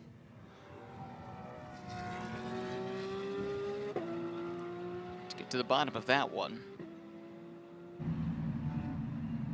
Best finish this season, second at Circuit of the Americas. That was another race that had some funky strategies involved late in the going. Another look at this time in slow motion. We're going to watch for Todd Perriott to come through at the beginning of this next train here. See if we can pick up any contact. There's Perriott. Yeah, did he get... I think that would have been Slade Stewart. Yeah, I wonder if he just got run up on, if he had a little lift and Slade just tapped him. Frank Depew with absolutely nowhere to go. The car in front of you lifts. You're so reluctant to do the same things. You get a lot of weight transfer. You pin the nose, and it's really easy to loosen up the car. So I'm not sure if Perriott had to give a little lift, and Slade was just so close, he just touched him. See the damage there on the right front corner. That could be some evidence. We do have message just this moment from race control, an incident under review involving the 14, that is Slade Stewart, and the 13, that is Perriott. So race control saw the same thing as you did. Yeah. Fine margins. Yeah, I think the damage on the race car is the telltale sign, right? I mean, we couldn't tell from the video if he got into them, as they looked like they were awfully close. But and again, if Perriott just wasn't feeling the grip level, gave it a little breather of the throttle, and Slade just didn't recognize that. I didn't want to pin the nose. That's true. That's something I had a driving instructor here that pointed that out. Under only the most extreme circumstances should you ever lift in the kink, because that weight transfer really loosens up the rear end when the car's already super loaded up. So it's not great for Kyle Washington. No. And his teammate Tom Sargent in their championship. This looks like a non-point score. They're shown 12th in class. Only the top 10 positions score some points under the SRO point structure. So that could be costly for them. As we talked about earlier, the lead coming in was a narrow 12 over Musial and Yardley. So a lot of this is going to depend on what happens within the rest of the class, but there is an opportunity there. If you're not having the best of seasons right now, suddenly the door is wide open. The question is, can anyone walk through it? And Philip Ellis works some magic when he gets on board that 27 car and do 2 on the bounce here in this championship. He's been mega this year across all of his ventures. But as Nico Grenier alluded to, it seems like one of the rare weekends that the Mercedes don't seem to have quite the edge and speed you're looking for, but maybe Ellis can make the difference within that Pro-Am class. Wouldn't be the first time that he's been able to work some magic. Just a remarkable run he's been on the last 2 or 3 seasons, primarily in the US, but class win at Spa in recent years. Multi-time champion at IMSA, won a lot of big races there, Daytona, Sebring, etc. And then won quite a few races here last year with Jeff Burton running that alternate strategy for regulator racing. A lot of that was predicated on Philip Ellis turning qualifying lap after qualifying lap, and he was the man for the job. Yeah. See everyone just try to keep these tires nice and clean, create a little bit of a gap, and then burst of acceleration. Just try and keep these tires clean for when we get ready for this next restart. Tough day for Kyle Washington, as we've chronicled. His coach and co-driver, Tom Sargent, is with Amanda. Yeah, hard day for you guys today, especially for Kyle Washington. What did he say to you? We didn't hear that much from him on the radio afterwards. The signal quality down there's not great. So he was speaking though, and we've heard he's okay, which is good. But just disappointed. Obviously, it was no fault of his own. Just got caught up in someone else's mess, which is a shame and not what he deserved. But that's racing, unfortunately. What does it make you think of this championship? It's not going to make it easy. We had a small buffer in the Pro-Am Championship, which was nice, but now that's probably mostly going to be all evaporated. So it means we're going to have to really make sure we maximize our Barber and our Indy 8-hour at the end of the year, which is it's going to be big because that's a double points round. So it's most likely going to come all down to there. There's another one you're competing in, the Global GT Academy Championship. What about that? Yeah, I'm feeling a little bit better about that one than the Pro-Am Championship. I had a bit bigger of a lead in that one. And I'm, in the end, I'm just more disappointed for Kyle. The other one is something was more for me and something that I was, for sure keen and wanted to win. But really upset for Kyle mainly. Like it's been the best he's done all the time we've been driving together, and he's been really improving, and this year's shown it. And hopefully we can bounce back, and I'm sure we will. And Barber's a good track for us, so I'm optimistic, but it's not going to be easy. Thank you to Tom Sargent. Calvin, when you think of a weekend like that you just want to forget, how do you bounce back from it?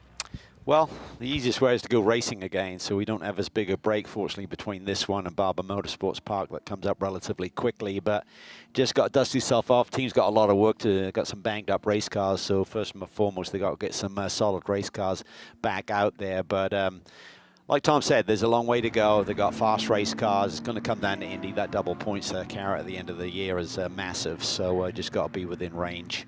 And they're a great team, though. James Safronas does a great job with GMG in terms of prepping great race cars. So for Kyle, though, it's 2 big hits at the fastest part of the racetrack. It's not ideal for him. No, it isn't. Hated for him. Some very measured responses from Tom Sargent, mature young man, and a star, if not just of the present, certainly of the future, it would appear, with the kind of performances he's put on display all season long. Hate to see it for him, but as he said, it's part of the sport. It's the part we don't like so much, but it's always hanging out there. And the cleanup is still ongoing as we work our 3rd full course yellow of the race. The first one came out on the opening lap, single car incident involving John Gilliland. John was all right. Then had a issue for Tony Davis. Evidently he and newcomer Mitchell Green had contact. That was a couple of laps after the restart from the first full course yellow. Davis got the worst of that. Green was given a drive-through penalty, which I believe he still owes at this stage. On 16th overall, second in the M class currently. Davis also able to walk away. And then on the ensuing restart, which had some cars slightly out of position because of a switch up in strategy, a concertina moment in the kink led to contact, we believe, between Slade Stewart and Todd Perriott. Those 2 cars, well, Stewart was able to continue on. Perriott ended up in the wall, and joining him were Frank Depew, Kyle Washington, and Michael Clark. All 4 of those cars seemingly were eliminated from the race, but the word from race control is those 4 drivers are also all right, but it's necessitated a lengthy cleanup, which means here we are nearly 50 minutes into this race, and we are yet to have any significant green flag running. See if we see any takers here. Come into pit lane and not get another one of those fuel stops. Pits are open. Elganian is in. That was the car that definitely owed a fuel stop. And then here comes Therese Laloux again. Saw her come down the pit lane once already, but didn't stop. So in terms of enough fuel on board, if you stop now, these cars will go about 65 minutes. So in terms of doing it on 2 more stops on fuel, then when you get that driver stint length knocked out, you can just come down, do a driver change, and send it, which will be a much quicker stop, save you about 20 seconds there. So there's a potential there. this is a team that's a stop behind. They're not really in any better shape. But for this team, with Thomas Merrill, who's going to be taking over for Therese, this could work out. Chicago Performance and Tuning with the service on the erstwhile overall leader, Nikolai Elganian. On go the Pirelli P0s. Set of scuffs. And this is the Lalu pit stop. This is the one to look out for, to see how this plays out, because there's going to be enough time with the safety car out there for her to catch up. Assuming she stayed on board here, because she's still got to knock out that 75-minute minimum drive time, which she's basically, what, 9, 15, 24 minutes away. And remember, they got their big result this season at Circuit of the Americas, where they finished second in class by playing the strategy just right. Right Motorsports, they know their business. Yeah, importantly, they need to make sure that car is full of fuel, because if they want to do one without taking fuel, they don't want to run out.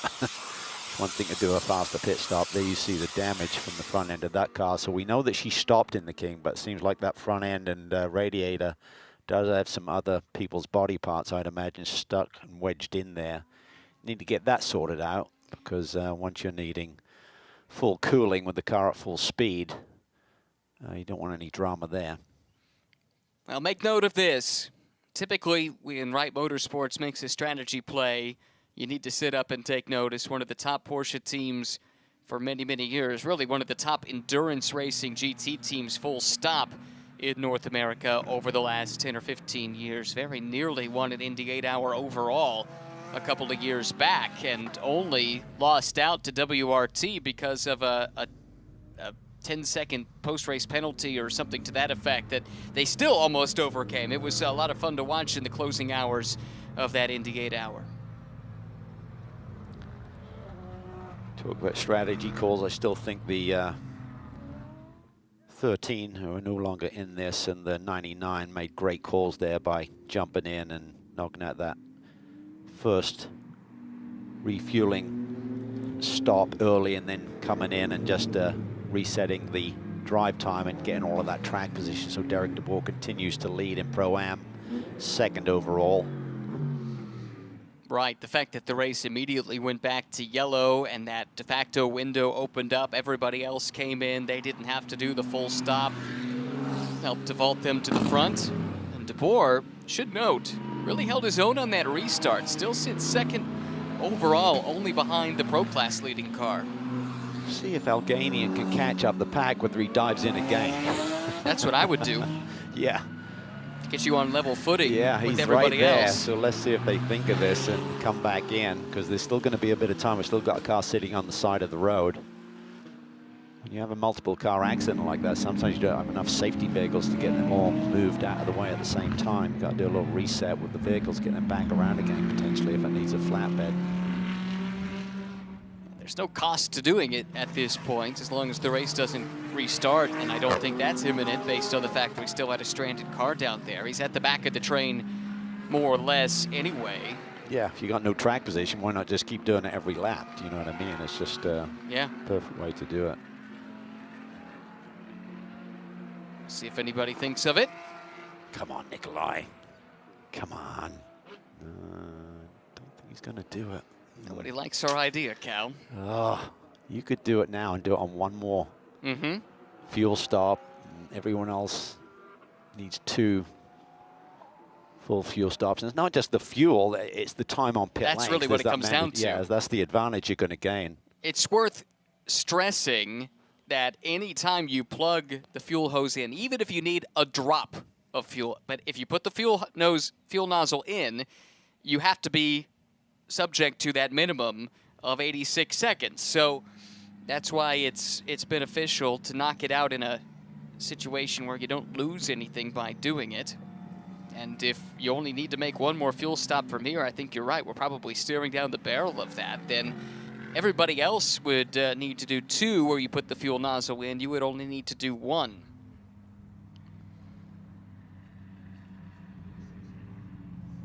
Interesting. Very interesting. For a race that hasn't had a whole lot of action in terms of green flag racing. It's given us a lot to mull over from a strategic perspective. This is the kind of race that a Mike Johnson at Archangel or Thomas Blum for so many years at K-Pax, people like that would absolutely love to sink their teeth into. Yeah, Sean Heckman, who was calling the strategy for Rebel Rock, but the car's no longer running, unfortunately, because I think he'd been making some of these calls. Yeah, there's a certain handful of guys who just really can feel the pulse of a race and recognize the moves that are available to them. Peter Barron is one of those, not in this paddock at the moment, but has been in the past, called strategy for Audi. Yeah, for WRT, right? Yes, WRT at the time. it was. At Laguna. Correct, and pulled one of the ultimate blinders that helped them win a California 8-hour, the predecessor to the Indy 8-hour. I think it was the inaugural running, and basically they worked out because it was a short pit lane at Laguna Seca. The penalty for being under the minimum pit stop time was a drive-through. Well, if you did a pit stop really fast, and WRT was very good at doing very fast pit stops at the time, because in Europe there weren't minimum times in the Endurance Championship at least, or maybe it was the Sprint Championship, but one or the other. WRT was renowned for that.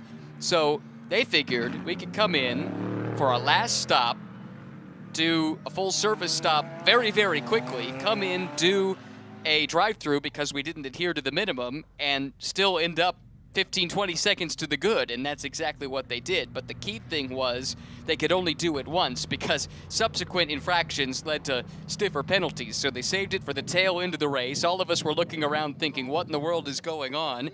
But at the end of the day, they were standing on top of the podium. Here's a look at the rules, by the way, that we've been talking about here. 3-hour race, 65-hour maximum stint length. That can be reset if you come into your box, stop, turn the engine off and back on again and leave. We've seen a few teams do that already. Minimum total drive time, 75 minutes. Each driver has to do at least that much in the race. Time spent in the pits does not count. And then if you take fuel, any amount of fuel at all, your pit lane time must be 86 seconds or more. Yeah, and that's by, like you said, just connecting the nozzle and sitting still or being on pit lane for 86 seconds knocks out one of those minimum fuel stops.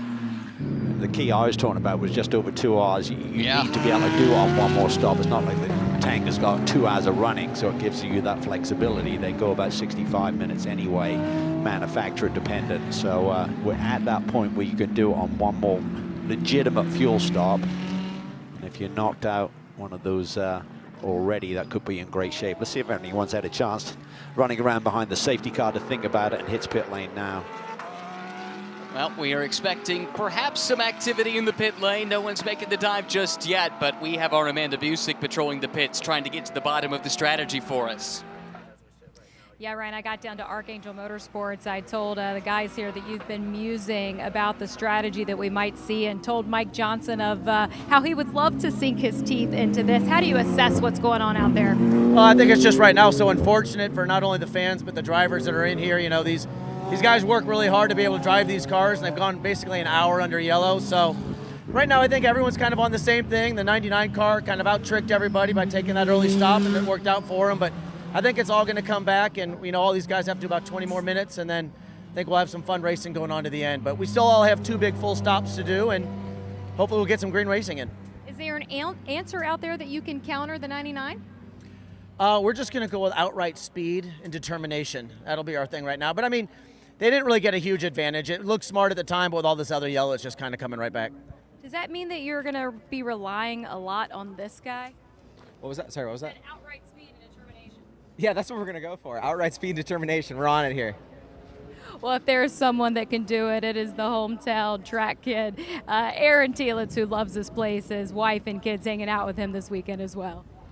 Yeah, he's from just down the road from here, Rice Lake, I think. Aaron Tielitz knows this place really well, and Mike Johnson, as we talked about, one of the great strategic minds.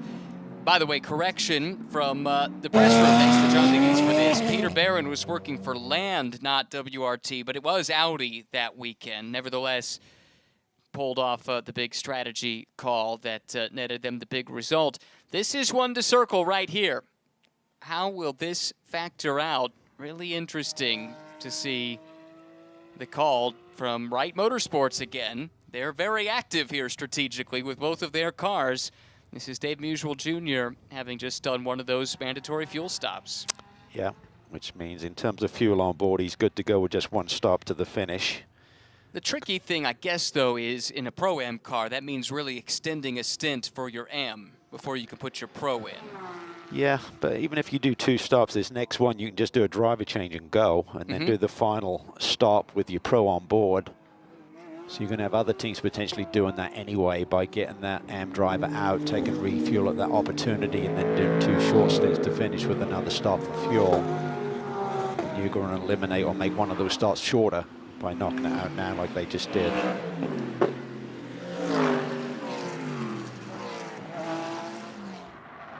Looks like we're close to a restart here. Yeah, certainly the dynamic of the race cars is suggesting so they may have got word that we're going back to green flag racing. Don't fall asleep, get those tires prepped, get them clean, because they're just going to be like big snowballs picking up all that loose rubber around the racetrack, driving around at these speeds with tire temperature in them. So get those clean. Use the brake pedal to generate a bit of heat up through the wheel, up through the upright, into that inner core of the tire as well at the same time. Doesn't change the surface temp, but gets that inner core a little bit warmer. All of a sudden, after nearly 30 minutes behind the safety car, the drivers have to get up on the wheel again, get back into racing mode.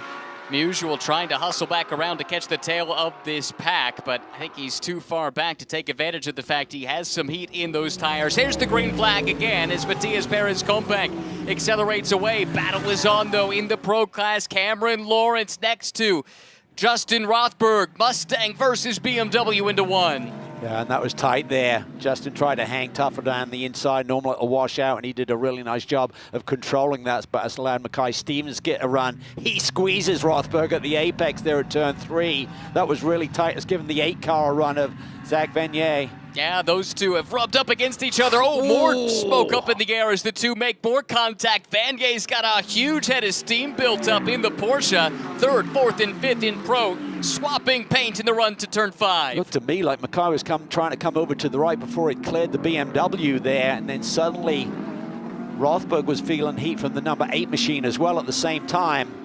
Vanier looking left, looking right, has to settle back in behind Mackay Stevens, who himself is still trapped behind the Pro-Am class leader.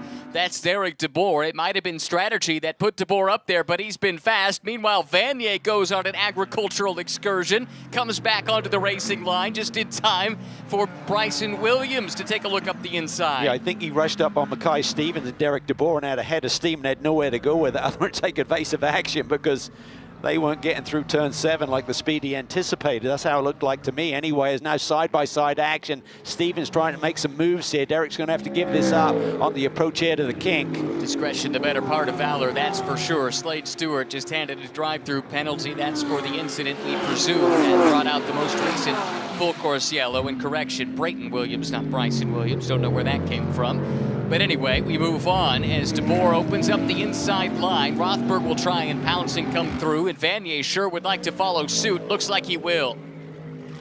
Yeah, Vanier's looking pretty racy here. Survived that moment. He went for a big ride there through turn 7. Doesn't look like the grill has got packed up with grass, so that's a bit fortunate at the same time. Williams will want to get a move on. Coleman with a puncture, left rear. And that is all the way back in the carousel. He's got a long way to try and limp this car back around. Our team coming off a podium run at Road Atlanta. Todd's been doing a great job. Thielitz has been waiting for this moment as we see the drive-through penalties coming now, I believe. That's what both of those are. Yeah, both of those are drive-through penalties. One for the most recent incident that brought out a yellow, the other one for the previous incident that brought out the yellow.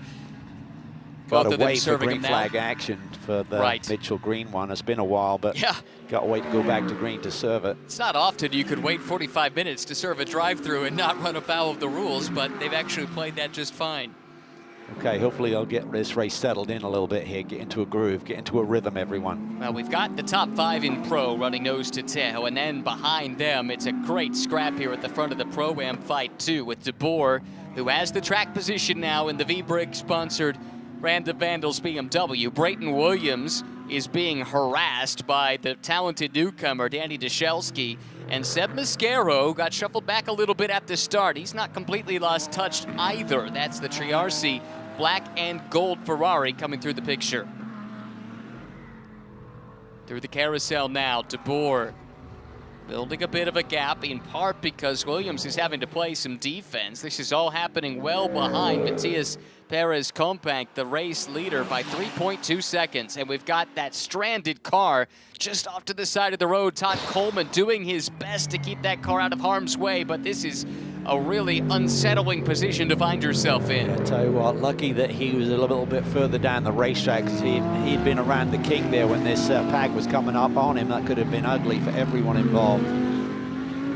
So frustrating for Todd, who's had good pace again this weekend. Finally got a much-deserved breakout performance, as you mentioned, up on the podium at Road Atlanta. Nikolai Elganian to the inside of Jay Schreiben around the M-Class leader. Jason Daskalos right there, too. Meanwhile, here comes the Dollarhide Racing Ford Mustang. What are they thinking here?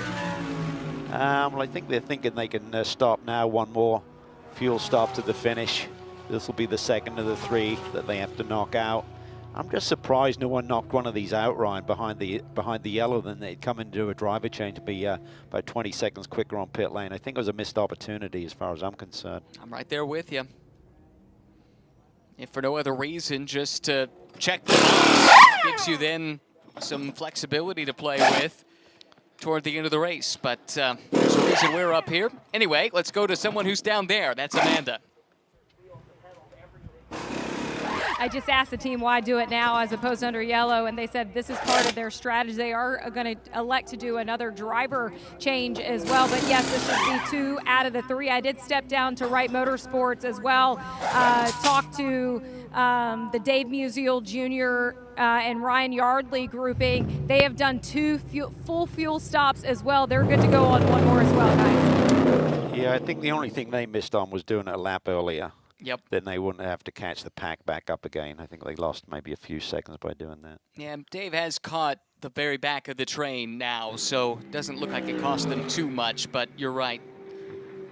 If they review it, that could be one thing to assess. By the way, incident under review. This could explain the puncture for Todd Coleman. The other car involved, Jason Daskalos, 6th place car in Pro-Am right now in a championship contender. Here comes Deshelski working on Williams. This is for 2nd. That was tight there, and Deshelski just sends it there. He's going to keep the hammer down. He's going to have the inside line for the upcoming left-hander. Beautiful piece of racecraft there. Certainly not afraid to put it all in. Between the 2 of them coming into today, they had a grand total of 4 GT3 starts. This is number 5 for Williams, number 1 for Deshelski, but they were putting it all on the line. Have a look here. I heard some words from the mechanic that it didn't sound too positive in terms of suspension damage as well. Correct, and if they were a bit fruity, apologize for that.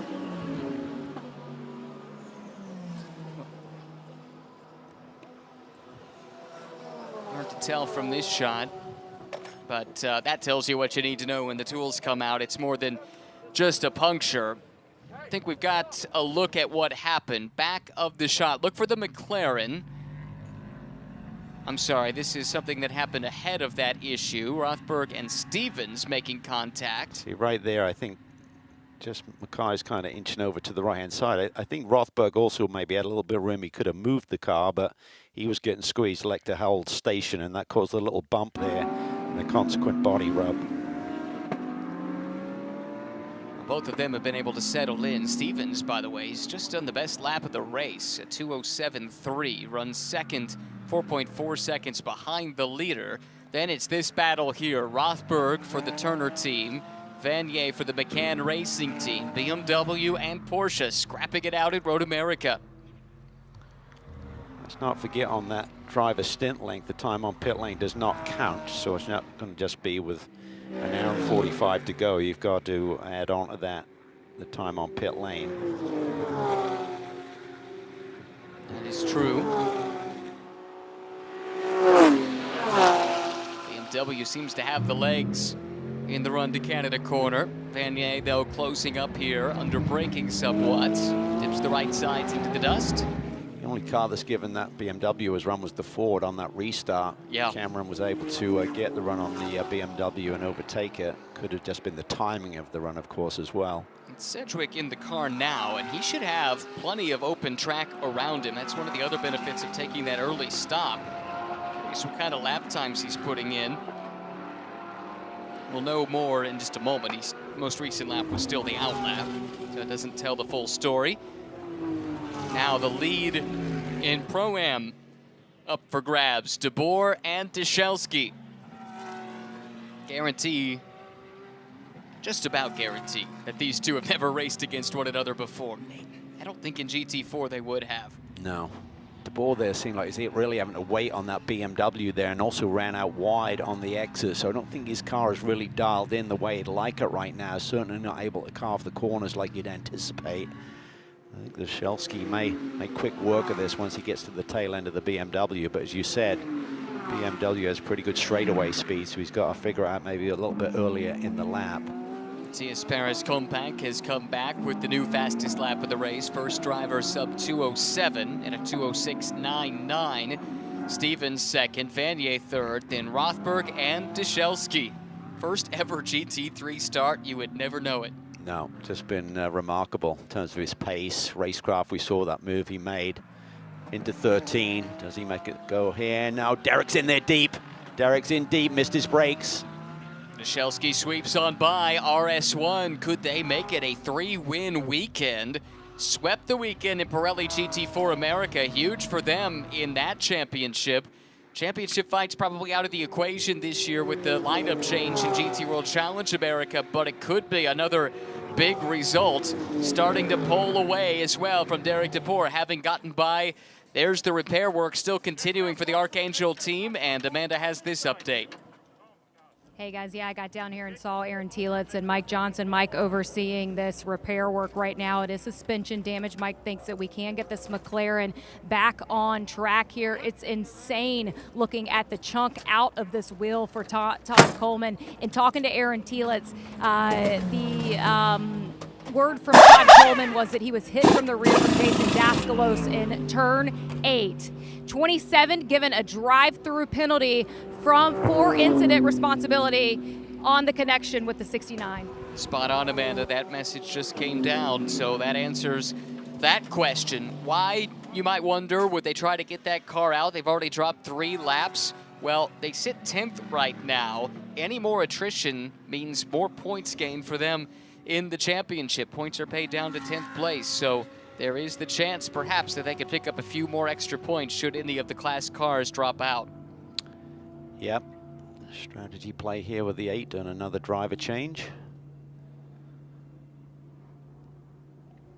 It's a team that's electing to do that double swap like we see on the 6 car so regularly, just doing single stints. Drive-through penalty here for Daskalos, who had raced his way up to 5th in class prior to the penalty. Good news here, it's a long lap, so if there's a yellow, that'll be a raise, but it certainly puts you deep in a hole here in terms of potentially threatening to get tied to that championship lead. Washington and Sargent out of this motor race, so it certainly allows Daskalos and Ellis, if they could win here today, to really close in for Jason in that championship.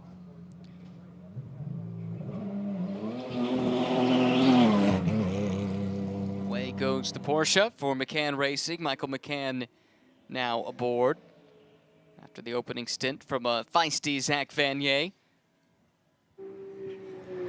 And there you see on the screen, time spent in the pit lane up to this point. Anyone at 1 minute 26 seconds or thereabouts. They've only been in the pits once. Several, though, have made multiple stops. All part of the strategic equation that we're trying to balance here over the next hour and 46 minutes. Dyszelski has driven away from De Boer. Williams has closed in. Car length or so between them. De Boer maybe not quite with that BMW to his liking at this stage. Interesting point here, Calvin, because we are past the minimum drive time. Are we not? Or are we approaching it? We're getting close to it, but remember the time on pit lane doesn't count. So if you jumped out right now, you'd think, oh, I'm right at 75 minutes. But no, if you're on pit lane for a fuel stop, it was 86. So you got to add that to your time before you come back in. So I'd say within the next couple of minutes, you could see drivers jumping out of race cars who started this race. Right. I'd say like 143 to go and change would be about the point that would be. Okay. Means the pit lane could get busy yet again. And what has been a race that has been anything but straightforward up to this point. 3 full course yellows in the opening hour.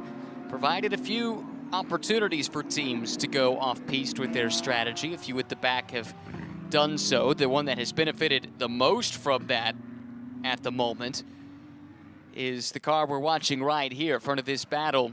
Derek DeBoer ran the Vandals Racing for a time, led in the Pro-Am ranks. They were on the back foot after a poor qualifying effort, but Derek's done well to hang on to the track position he was given by the strategy.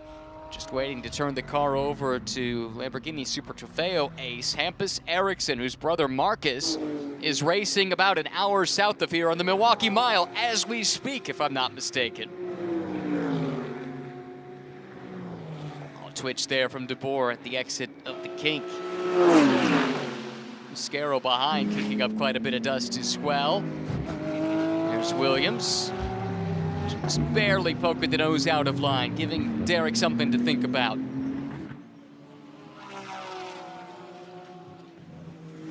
Here's the tail of their race. You can see how DeBoer jumped up to the front. Currently runs 5th overall, 2nd in class. And that was all part of the strategy game they played right off the bounce. Yep, I really like it. Be curious to see if they like to hit him on the next lap. I think they could be good there in terms of that driver stint length. Big run here down this front straightaway, popping out of the draft there on the BMW. Who's going to be the bravest on the brakes? And Derek sweeps across there, gives a little bit of racing room at the same time. Really nicely handled there by Derek DeBoer.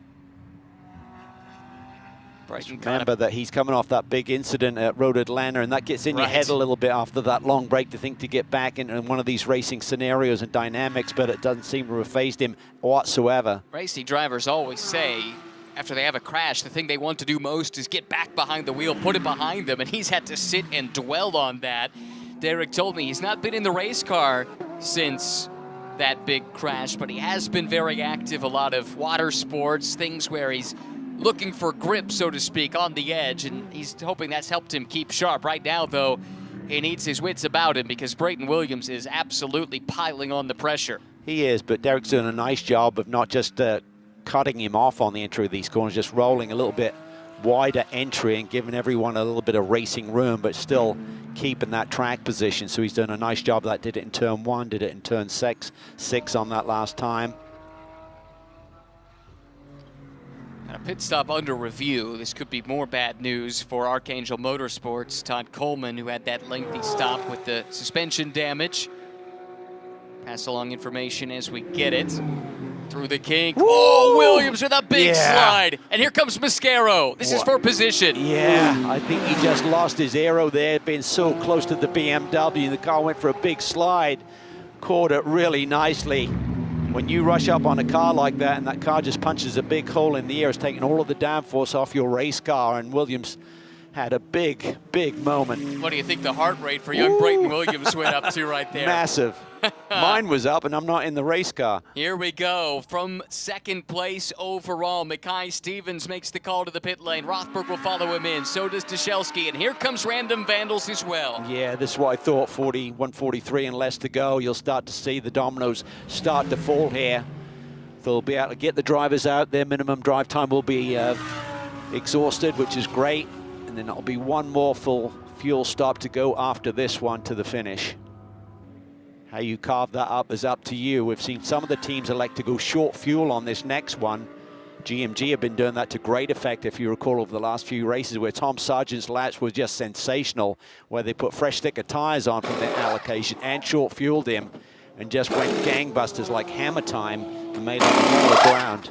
Sadly, we won't get to see that today. That car caught up in the incident that brought out full course yellow number 3 down at the exit of the kink. Kyle Washington was all right, but the car was not. Saw the team there, Richard Rader, looking over the wall there at that right rear corner. Remember, Mackay got into the Turner car, so they were looking at, looked to me like the bottom right corner of the number 34 JMF machine was a little bit loose, but I don't see any repair. JMF releases its Mercedes. Let's check the times as they come out. That was a little bit slow, but not too bad. Just a second or so over for Mikhail Grenier and company. Rothberg was in, and Foley's now behind the wheel as well. And it looked to me like the Dollar Height Racing timing of that put them between the Turner car and the JMF that just left pit lane in that Pro Class battle. Tire temp, so maybe that would help them in the battle that they've been parachuted into.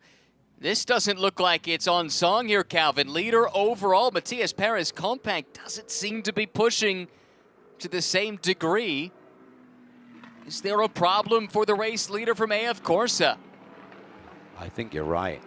He's going particularly slow here on the approach to pit lane. Right. He's going to get overtaken. You've got 2 lanes there. And you can, before the pit commit line, make a pass there. That's effectively part of the race course, so what Mascaro did was good.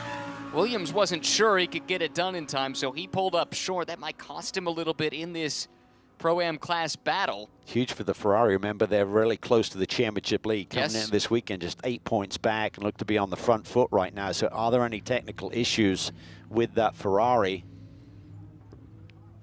I mean, is it feasible he could be out of fuel? I was wondering the same so much thing. yellow. You should be good, like you're, what, an hour and 22 into this, but And typically, if you are low on fuel, you don't make it back around at Road America. The last third or so of the lap is all uphill, and they have the last pit box there at the end of the pit lane. They're doing the body pit stop. language doesn't sound good on Miguel Molina. He's going to jump in, but he did not look like he was particularly happy. The team will do the full service as usual first, just because you need to get it done anyway, and then they'll try and address any problems that that car might have. But on a quirky day, could this be another twist of the tail? I don't see them looking at anything else other than getting Miguel strapped in correctly and just waiting for that minimum delta. That was definitely weird that Perez Compact didn't have speed. Well, you see how far it dropped him back. It put him right there by the Yeah, Pro-Am he's not front accelerating. runners. He's got a big issue. This There is massive in the championship. Massive. Huge. Yeah, the points lead was tiny, effectively, in Pro. It's always going to be condensed because of the few number of cars in the class. It was only Look at this. 11 points Hampus first to Ericsson third. is literally elbowing the TR3 machine through turn 3 there. Like, get out of my way. I'm coming through. Ericsson trying to get around Daniel Morad here. Daniel no slouch either. 2 top line drivers going side by side. Morad has much more GT3 experience of the 2. Look at that from Ericsson. How close do you like it? Crosses right back under. Morad tries to pinch him down to the apex, but Hampus not giving up ground. He'll take the spot away. Looks like a game of chicken right there. Who's going to flinch first? Daniel trying to come back on Hampus Ericsson. Not sure he's going to be able to do so. Ericsson with enough breathing room to fend off the challenge here. Let's learn a bit more about TR3 and the Daniel Morad story with Amanda. Yeah, I talked to Daniel ahead of this race about the strategy miscue that they had at Road Atlanta, and he said that Braden and Braden's dad, they were so positive in encouragement of getting the team back into the right headspace ahead of this weekend. They knew that they were set for a potential even overall win at Road Atlanta, but both Braden was really happy with what they've seen so far with this TR3 Mercedes, and now they get to fight for it. Yeah, they're in the fight, that's for sure. Out of the fight, though, appears to be the AF Corsa USA Pro Class car. Miguel Molina stopped on the racetrack. This is a disastrous Road America debut. for the Spaniard, former overall winner of the 24 Hours of Le Mans, and that car did not appear to be in a safe spot. This has the potential of being another full course yellow. For those that have not yet made their pit stops, you're surely wanting to dive in here soon, right? Yeah, I would think so, certainly for Nikolai Algany, and you need to be coming in. Molina's got the car moving again. That at least takes away the jeopardy of the yellow. I think he just tried to pick a safe spot and do a Control-Alt-Delete there off the driver's racing line there on the exit of turn 5 potentially. Tell you what, Morad was really, he had a real twitch going through the kink as well. It just seems like this Mercedes is taking a long time to get up to speed here in terms of the tire temperature, so I wonder if they're on fresh rubber or not, and he's just struggling compared to maybe Hambus being on a scrub set potentially. Either way, the Mercedes is struggling to get up to speed, but you know Daniel Morad is going to be deep in this fight here soon. And the feistiest competitors you'll meet. Now Ganian is in the pits now from the overall lead of the race. They're back roughly on the same strategy now as the rest of their class with the reset that they did under the yellow. Here's Molina still limping his way back around. The white flag at that flagger stand indicates a slow-moving vehicle. For any of the drivers that are coming through, they'll know to be on the lookout for this. And here comes that Huracan into the pit lane. So again, this is their second, been down pit lane 3 times, but this is only their second refuel stop. So they've got one more to do, and they'll need that anyway, obviously with a round 34 on the clock. Norwegian driver Mads Sandal being installed behind the wheel. Nikolai, by the way, I think had driven that car up inside the top 5 in class after the restart, so he's well positioned. Here's Ericsson, forced super defensive way to the inside. Daniel Morad says, thank you very much. I'll make the outside line work. And Morad has cleared the Swede up another spot. Wow, that is super defensive. I'm not sure you need to be like cutting the grass on the right-hand side. Just maybe half a car width off the edge is enough, but boy, that really compromises entry and speed through turn 12, and Morad was through in a flash.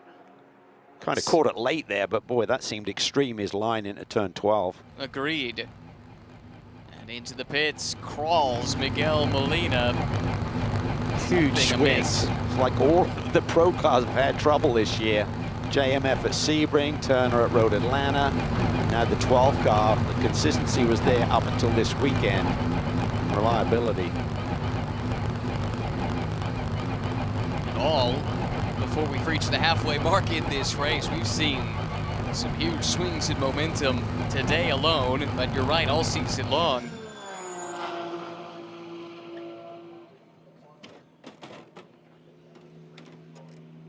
Big penalty in the Pro-Am ranks. That car trundling by right there, that was Riccardo Agostini. That was a top 3 car in Pro-Am, but they were caught speeding in the pits. Consequently, had to serve a drive-through penalty. A lot of work being done in the engine compartment.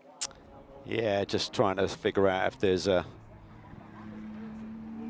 lead or something off here. This is just before he stops. I think he's just going to pull off to the side of the road. That's probably a team. They just say, do a Control-Alt-Delete, park it where you can.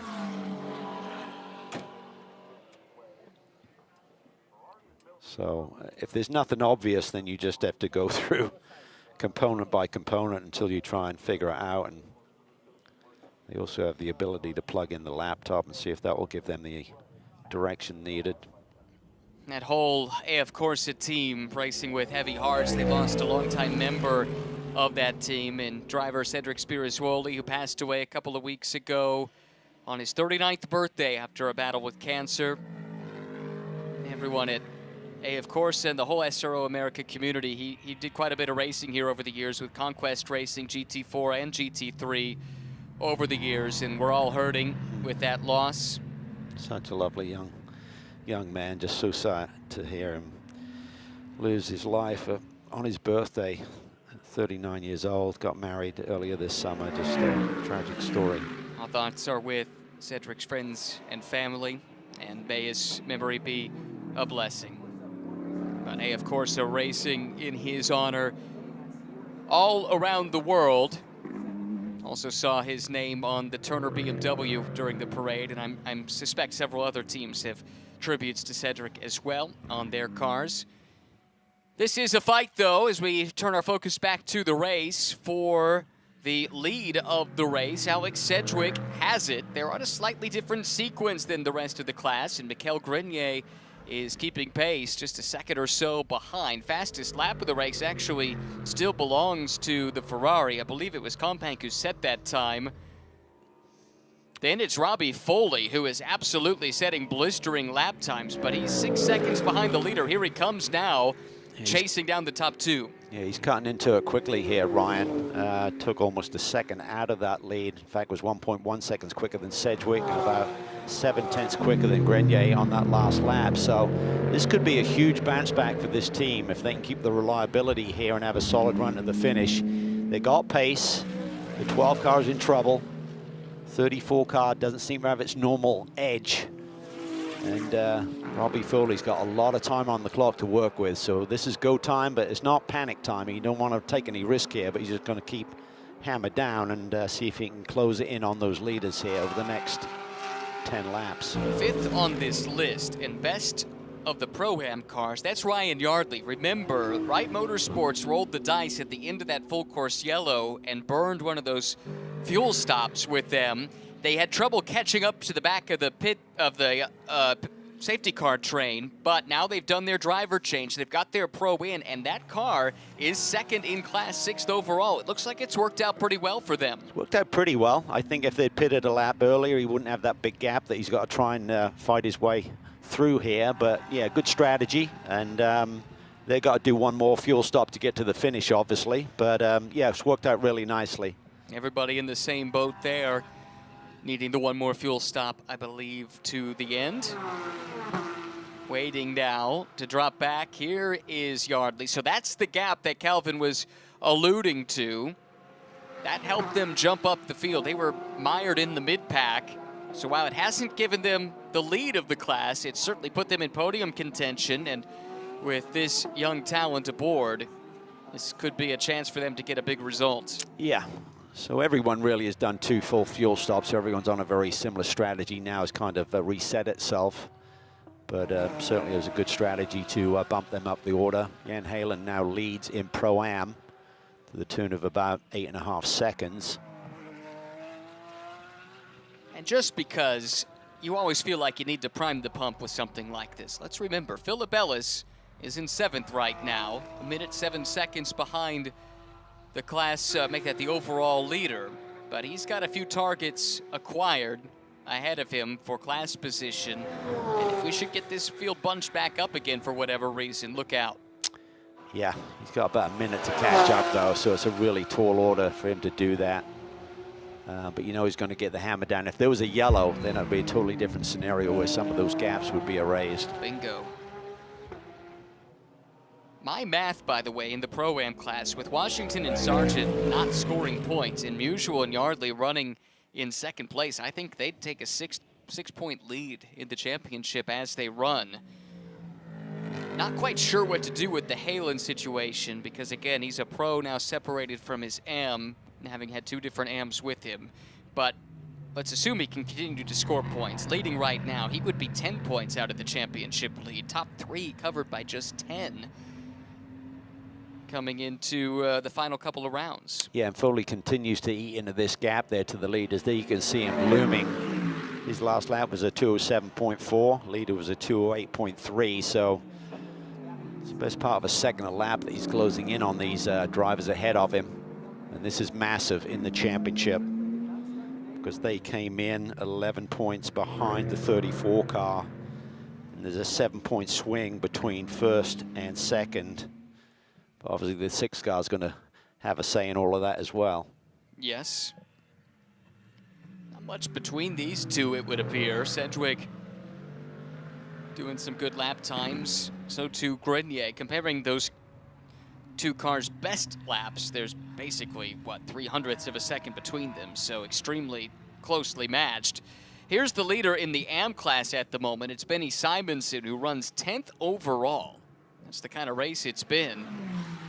Jay Schreibman's done his part, and now the Dane, Benny Simonsen, will try and take it home, having debuted with the team at Road Atlanta.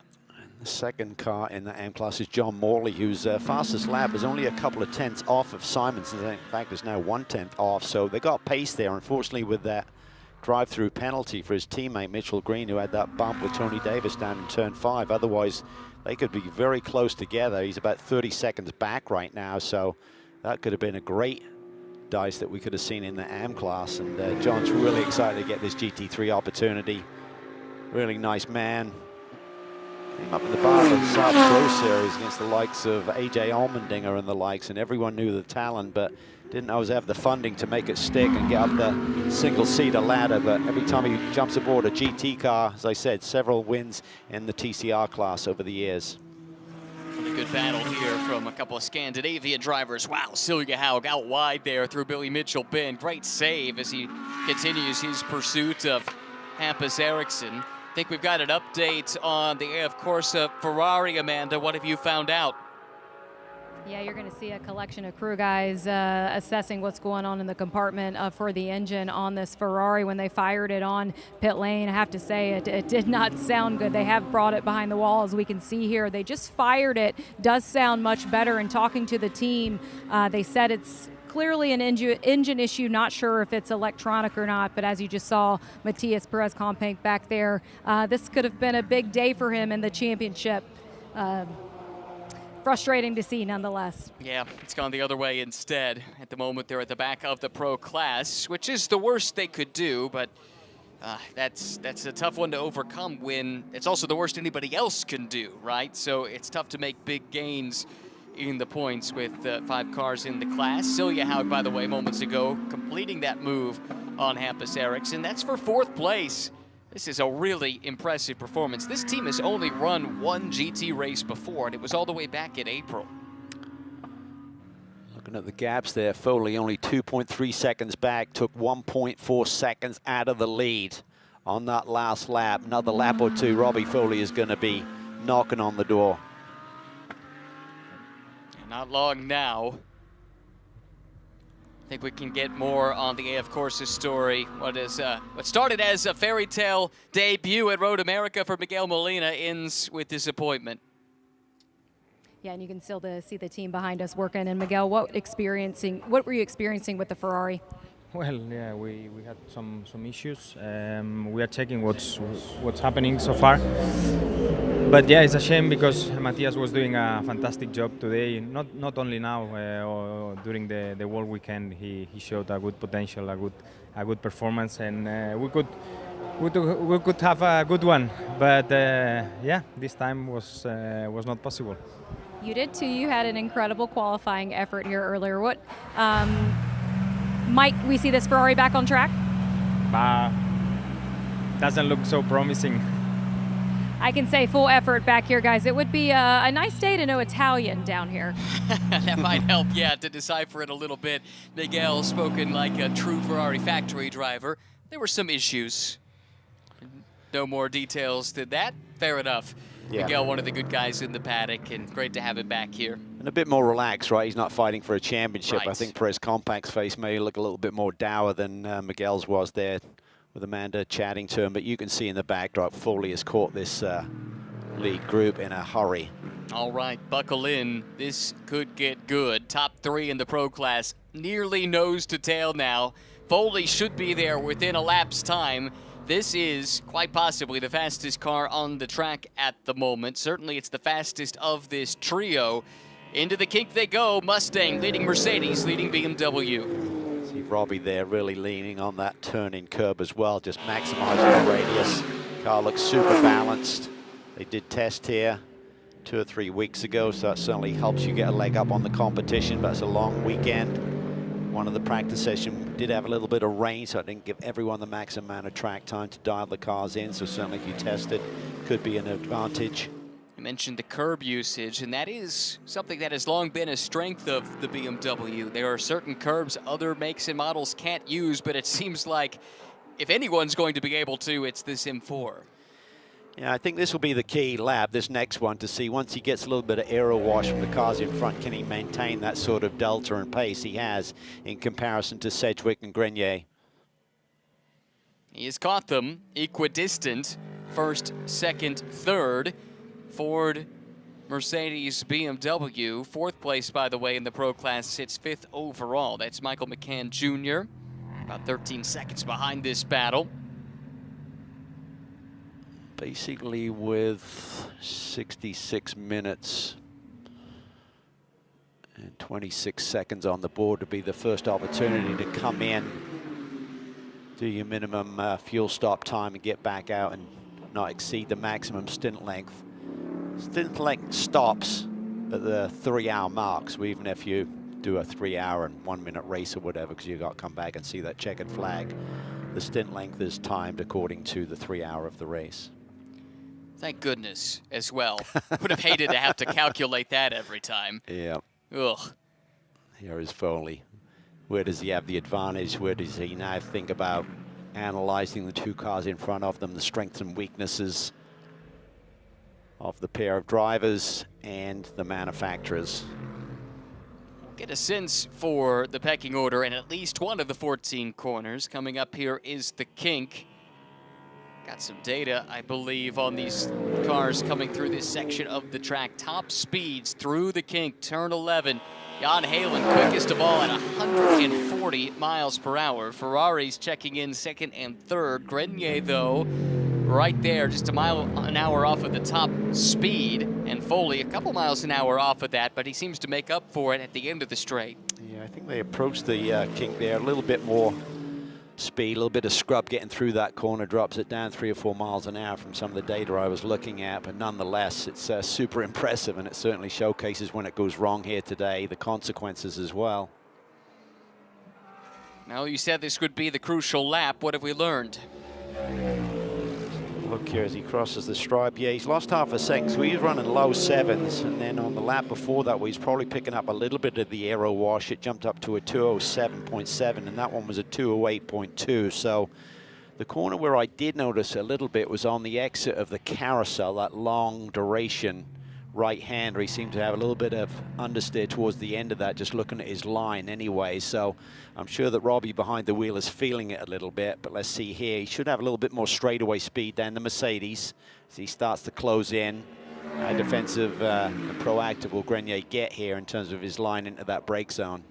And possibly of significance, Sedgwick starting to pull away a little bit, which means less of an aerodynamic toe for Grenier in the Mercedes. That might have helped to neutralize some of the observed straight line deficit that we've seen to see Mercedes compared to the BMW. Tell you what, that Ford is quick this year with the Evo kit and stuff. It's really taken it to a whole new level. Dollar Height Racing, you know, small team compared to some of these other big operations, with resource-wise and personnel-wise. So hats off to Bill Dollarhide, Scott, his son. Despite not racing now, is certainly very much instrumental and behind the scenes in making this program run. Done a great job. Two really talented young drivers. I like them both. Great personalities, seem to have great chemistry. They had a unique situation. We have the parade here downtown on Thursday. They actually had a mechanical axle failure on the way down to downtown. So kind of a wry smile, like, geez, can't make it run at 20 miles an hour speed limit. But the good news was they didn't have it happen in the first practice session, right. So they didn't lose all of that track time. So sometimes little things like that can really be a bit of good fortune at the end of the day. They did have a few glitches, though, in some of the early testing. This is a new engine to them. Evidently, it was with the Gradient team in IMSA earlier this year, and they were dealing with some overheating from time to time. But put that behind them and are now 1 hour and 16 minutes away, potentially, from the Mustangs' first overall win in SRO competition globally. Had class wins before, but not overall. This is the fight for 5th overall. Michael McCann Jr., 4th in the pro class, he has it, but Ryan Yardley's been the man on the move as of late, faster than just about anybody if you compare times over the last 3 or 4 laps. How much, though, will the fellow Porsche runner in a different class hold him up? That becomes the question. Yeah, and he again is Foley's really close there to Grenier. He's just got to time this run and just see, okay, this is where I need to make a move. This is where I need to be a car length or two closer through the previous sector to be able to take advantage of it. So once again, Mercedes so good over the lap, but you'd suggest that the BMW might have a mile or two on them through the mid part of the straightaway. Sedgwick would love to see this duel for second place continue for the foreseeable future. It's given him some breathing room, settling into a nice rhythm at the moment. We're right at the point in the motor race where you could hit pit lane and be good for a 65-minute. Excuse me, no, we're 10 minutes away from that. But we are closing in, and that will lead to a final crucial pit stop. You look at the three teams involved here. Turner, they've been racing at a high level for forever. Their pit crew is as good as they come. JMF certainly has raised to that level as well as they've leveled up to GT3 over the last few seasons. Dollarhide Racing, by their own admission, it's a young crew, a lot of new folks on the team this year. Pit stops have been a problem from time to time, but I was talking with Scott Dollarhide earlier this weekend. He said one thing they spent that long break doing was building a pit stop practice area in their shop. And so they have their crew guys work on this a couple of times a day to really hone that. It could be tested here very soon. That could be the race.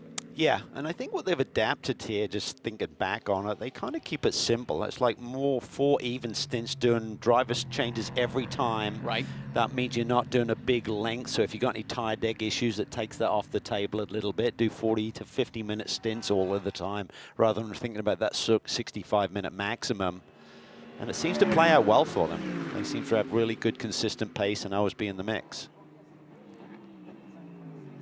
Foley again, taking a glance to the inside. Not sure that was really about actually putting a move on, more giving Mick Grenier something to think about. Takes a lot, though, to get into the head of an experienced driver like Grenier, who's been there, done that, been part of the Mercedes family for quite a few years. If there's a big race and Mercedes is on the grid, chances are so too is Mick Grenier. This is a great example of when drivers talk about being in clean air.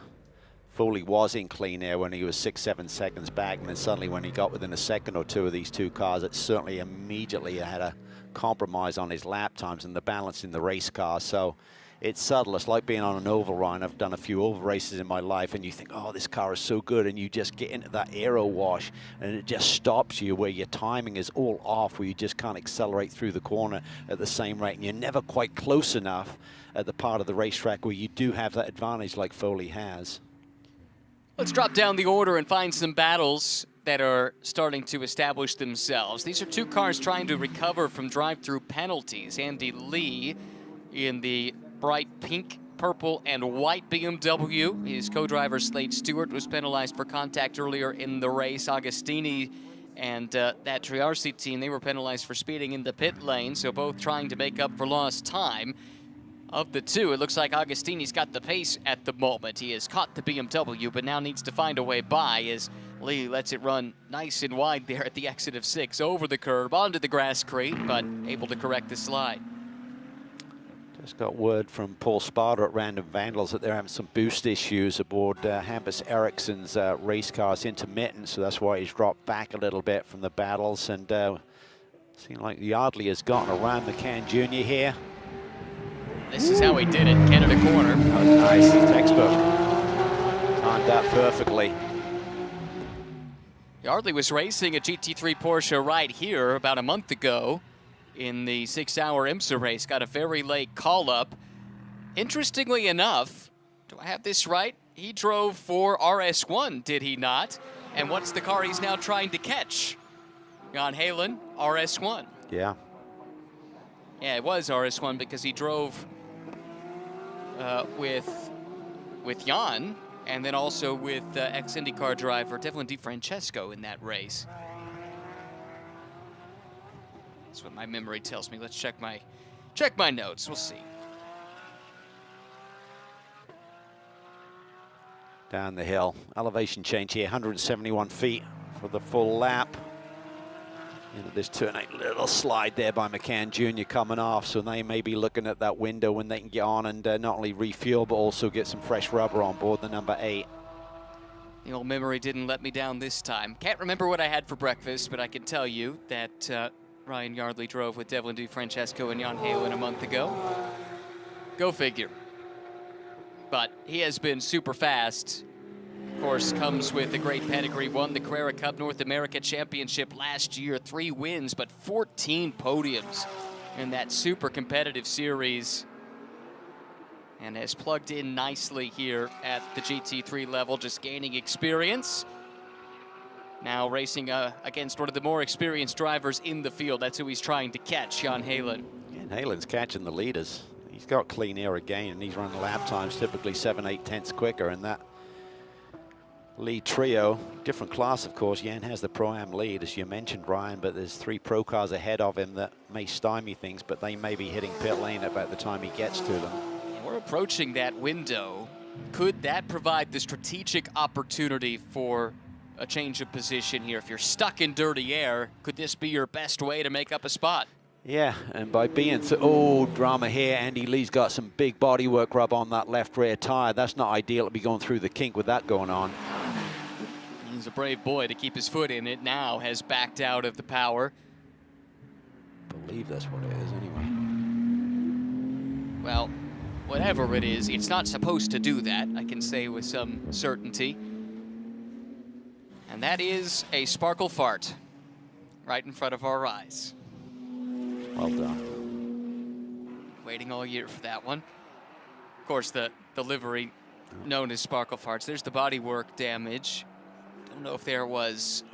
This is a disaster because it's literally about 3 minutes before where you could come in, get this taken care of, come out and not exceed 65-minute stint length. Yeah, so they'd have to come back in again no matter what here. Assuming this is fixable. Drops them out of, what would it have been, 7th? 8th? 8th, I think. I guess the good news is there's not much ground to lose from there. Tielitz is back out 4 laps down in the Archangel McLaren. This is why they went back out in case of a situation like this. If there is attrition, maybe they can make their way back up a position or 2 and salvage some points. But the Riley team will go in and try and get to the bottom of that. Meanwhile, a problem for the AM class front runner. This is Benny Simonson, the leader in the class, finds a cutoff, but it looks like day might be done for both AF Corsa cars. Wow. Incredible race. I mean, it's been a long way to get these cars back on track, but no one would expect this amount of attrition and drama here today. No. We've seen hardly any all season. Guess it's just been waiting for this weekend. That Riley crew doing its best to try and repair the BMW, but that looks like it's going to be a lengthy stop. Drops them out of the hunt. Let's see if this next lap, whether they might be too tight to come in as Robbie Foley continues to probe and look for an opportunity on Grenier, but he knows that Grenier's got a ton of experience. He's not going to make it easy, and he knows the championship picture in his head. Grenier knows that Turner Motorsports BMW may be their biggest threat now come the end of this championship season. Full course yellow, and it comes as the de facto window is about to open up.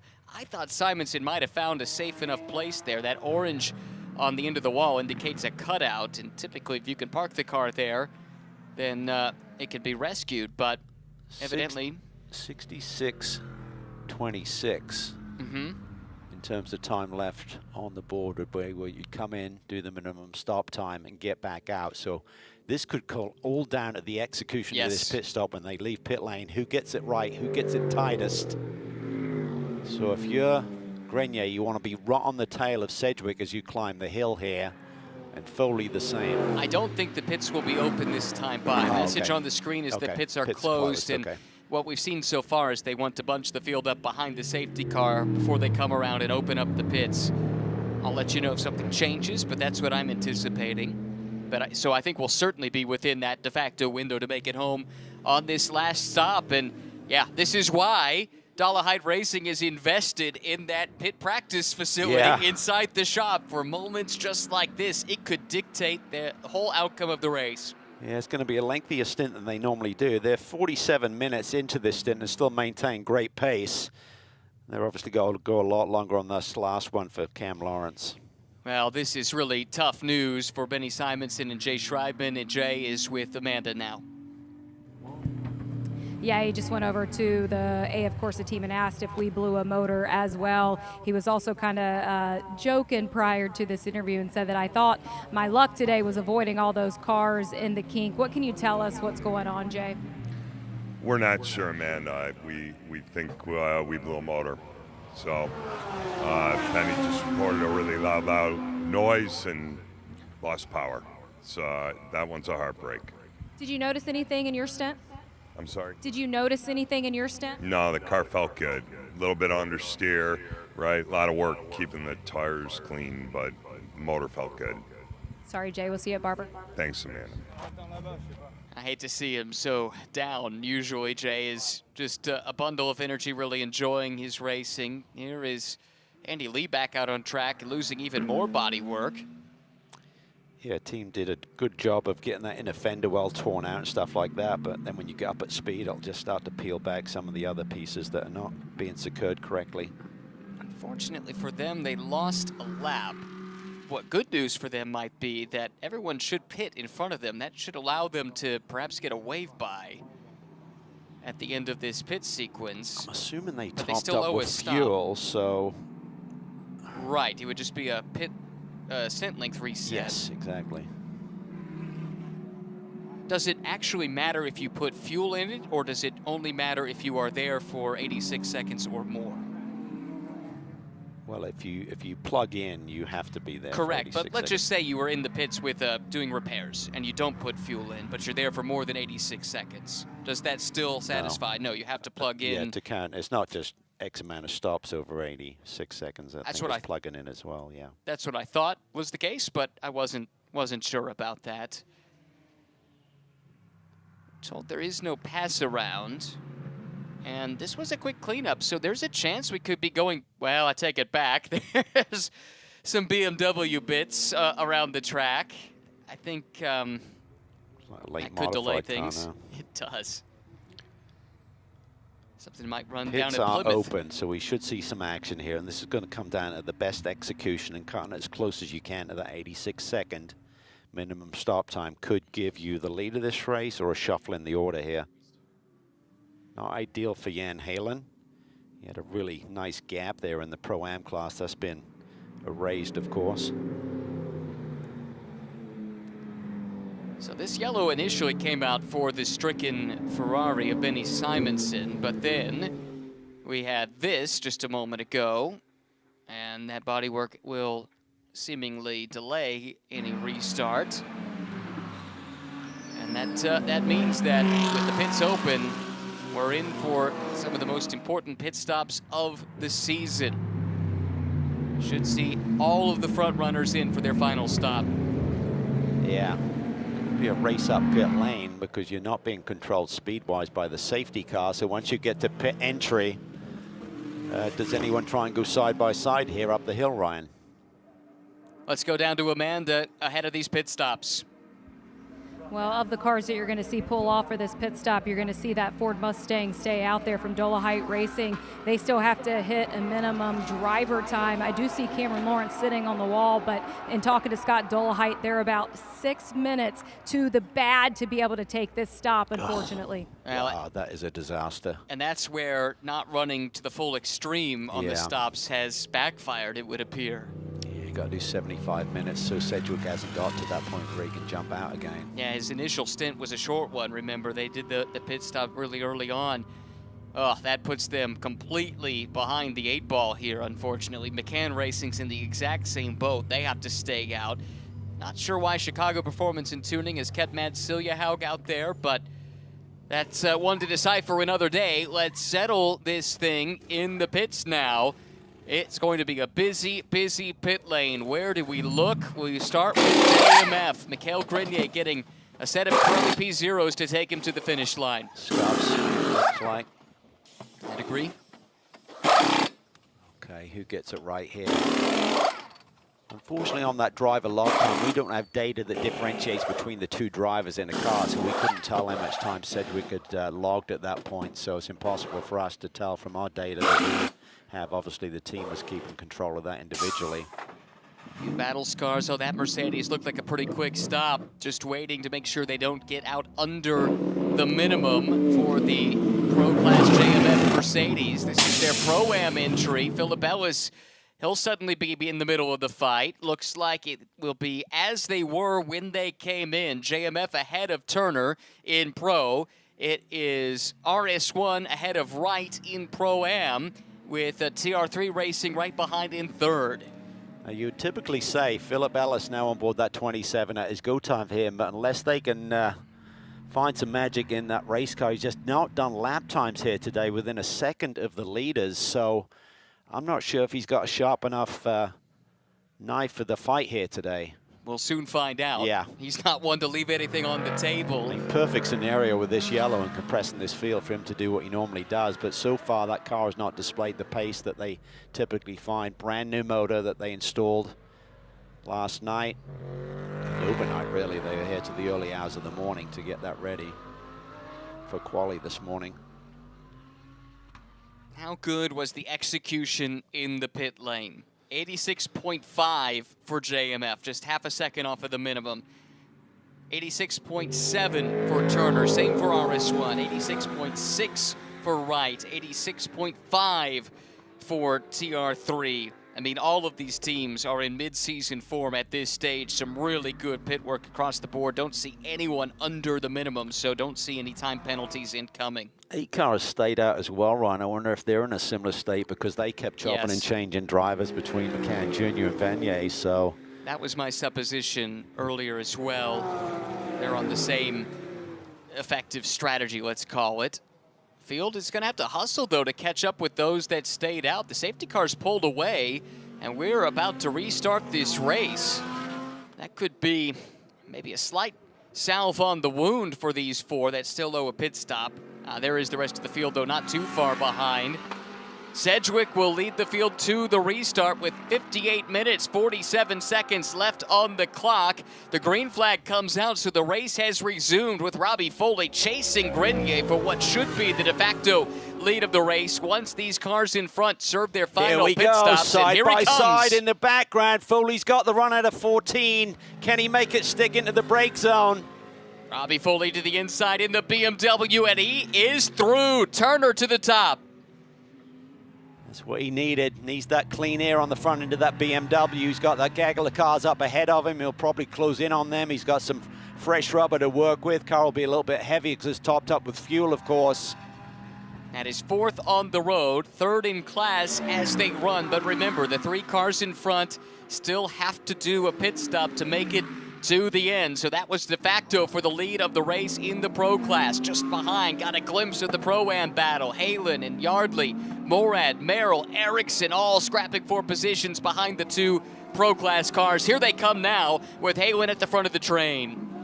Yeah, there's going to be some tasty battles here to the finish for Foley and Rothberg. You don't want to get too greedy, but it's probably unfortunate the 6 cars out of the mix. They would love them to buffer the 34 even further back to tighten these point spread even more, but there's still a long way to go in this race with nearly an hour still on the clock.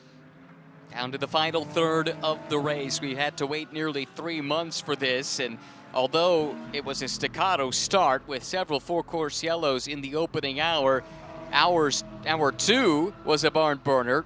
Hour 3 is setting up to be one as well.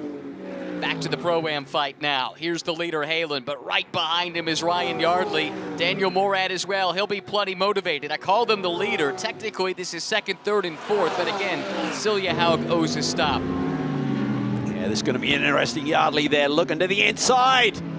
That was super close. Yeah, and just gives him enough racing room to not touch. Cost Ryan some momentum. That brings Daniel Morad into the fray. Daniel closing in here in that TR3 Mercedes. They've had a really solid day today. Be curious to see what their sort of pace is relative to Grenier, who's dropping back from Foley here pretty rapidly. He said during his interview in the early part of this race to Amanda that he didn't feel the car was quick enough here this weekend, just trying to finish on the podium. Well, they should figure to get a second place if they can continue here as they run, which not ideal, but on a day when maybe they didn't have the outright pace, that's a pretty good result for them. I just wonder as the 6 car finally hits pit lane with having secured enough stint length there for Sedgwick, whether that Pro-Am lead that will ultimately become the lead when Sillihaug pits, whether they're going to come up on Grenier and that create a little bit of a roadblock. I think it's a real possibility. Now a roadblock of sorts for Foley, who has caught Sillihaug here. These 2 cars in front of Foley both need to stop still. But this is first, second, and third overall as they run. There's the team boss, Will Turner. Wry smile on his face. Whoa, Sillihaug's off the track. Yeah, I think he just dropped his right side there on the approach to turn 6. Probably had full attention from Foley from behind. I don't think it was a touch between the cars. It looked to me like the Lamborghini just ran a little bit wide on entry. That is turned Foley loose, and crucially, it's meant Grenier's had to fight his way through the traffic, able to clear the Lamborghini here and now. Obviously, we're jumping ahead of ourselves. I think we may have said, or I may have said, that Foley took the lead from Grenier. He's got McCann Jr. still out there, but owes everybody a stop yet today. Cameron Lawrence leaves the pits. I don't know if this is something they want to hear or not, but it was a near perfect stop. Had they been able to pit with everyone else, they did it in 86.1 seconds. That is the quickest stop amongst the leaders. Meanwhile, Foley, this is well and truly for the lead of the race. Don't need to worry about the pit stop situation now. Foley around McCann. He is P1. Yeah, timed that nicely. Just did the crossover there. Team's going to be pumped up. Justin Rothberg's father in the backdrop, clapping his hands. Big, big day, potentially. With what we've seen today, you would be foolish to write any headlines just yet, that's for sure. Next up for McCann to deal with is the charging Mercedes of Grenier. Then Sillihaug trails behind. That's the Pro-Am leader for now in the Lamborghini. Yeah, Halen's about a couple of seconds back, so he's going to catch this pack. And then I'm just curious to know if Jan Halen and company will have pace to get to the tail end of that Mercedes and Mikel Grenier. That creates any issues for that battle. Last time across the stripe, Grenier ran an 8.2. Halen and company running 7.7, 7.6s, so I think they've got about half a second advantage right now. That is tight going up the hill. Wow, that was unnecessary. Yeah, given the fact that 2 are on very different programs right now. Exactly. Grenier in particular, in the midst of the title fight, just needs to be thinking about solidifying P2. It'll still be a decent day for them, considering the problems for the AF Corsa car that's out of the race with the mechanical problem. Morad's right there as well. Don't discount him. It's like this is going to be the podium, but we're in water order in Pro-Am. Daniel was really fighting the car straight out of the pits on cold tires or maybe sticker set or whatever it was, but now it's got into a groove. Team's done a really nice job, TR3. Great little prep shop. Really love their energy and passion for the sport. TR3 stands for the Romanelli 3 brothers from Italy. Came here to the States, built that shop down in Florida, done a lot of racing in various series over the years, and for a relatively small operation, they turn up and they tend to go pretty quick and trouble the big boys.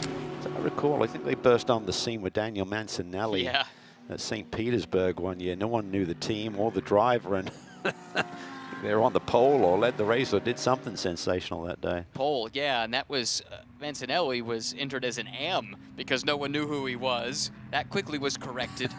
Didn't last long at all. Yeah.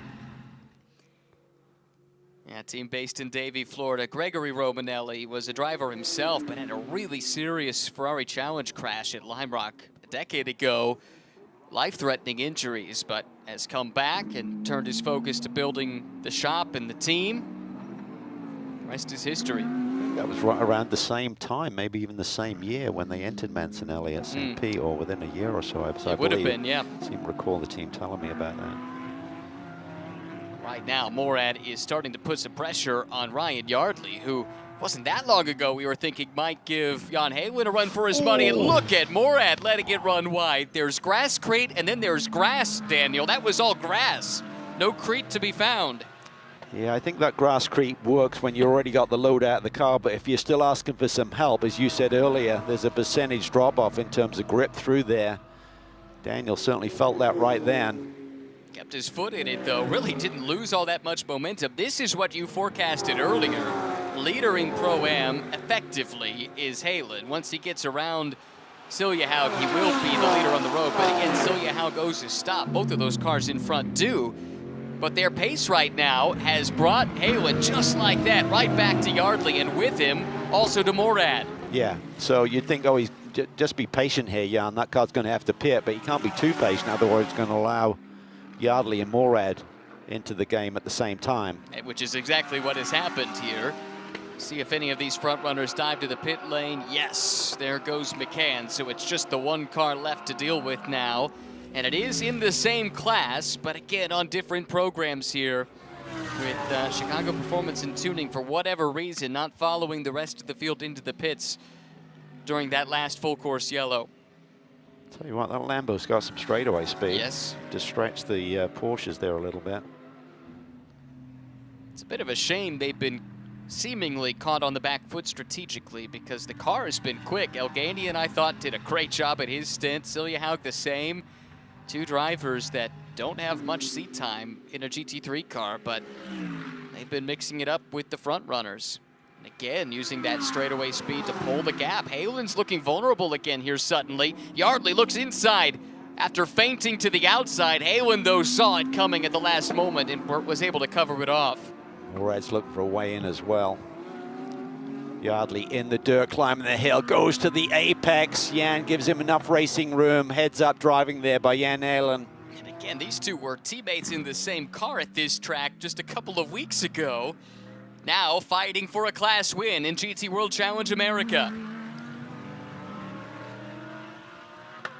Just great fun to see the different dynamics, multiple championships that many of these drivers run in. Their paths cross regularly. Suddenly those friendships have to go out of the window when you want to win. And they all do in a big way. Potentially a huge day. The drivers that are second and third in this battle. Yardley, Morad, maybe more so for their co-drivers if they could get to the top step. Tell you what, when you drive one of these GT3 cars at the speeds around here through some of these high-speed corners, when you're losing that aero effect, you've got to be so delicate with that grip on the steering wheel. It's just using your little fingertips there just to guide it through the corner.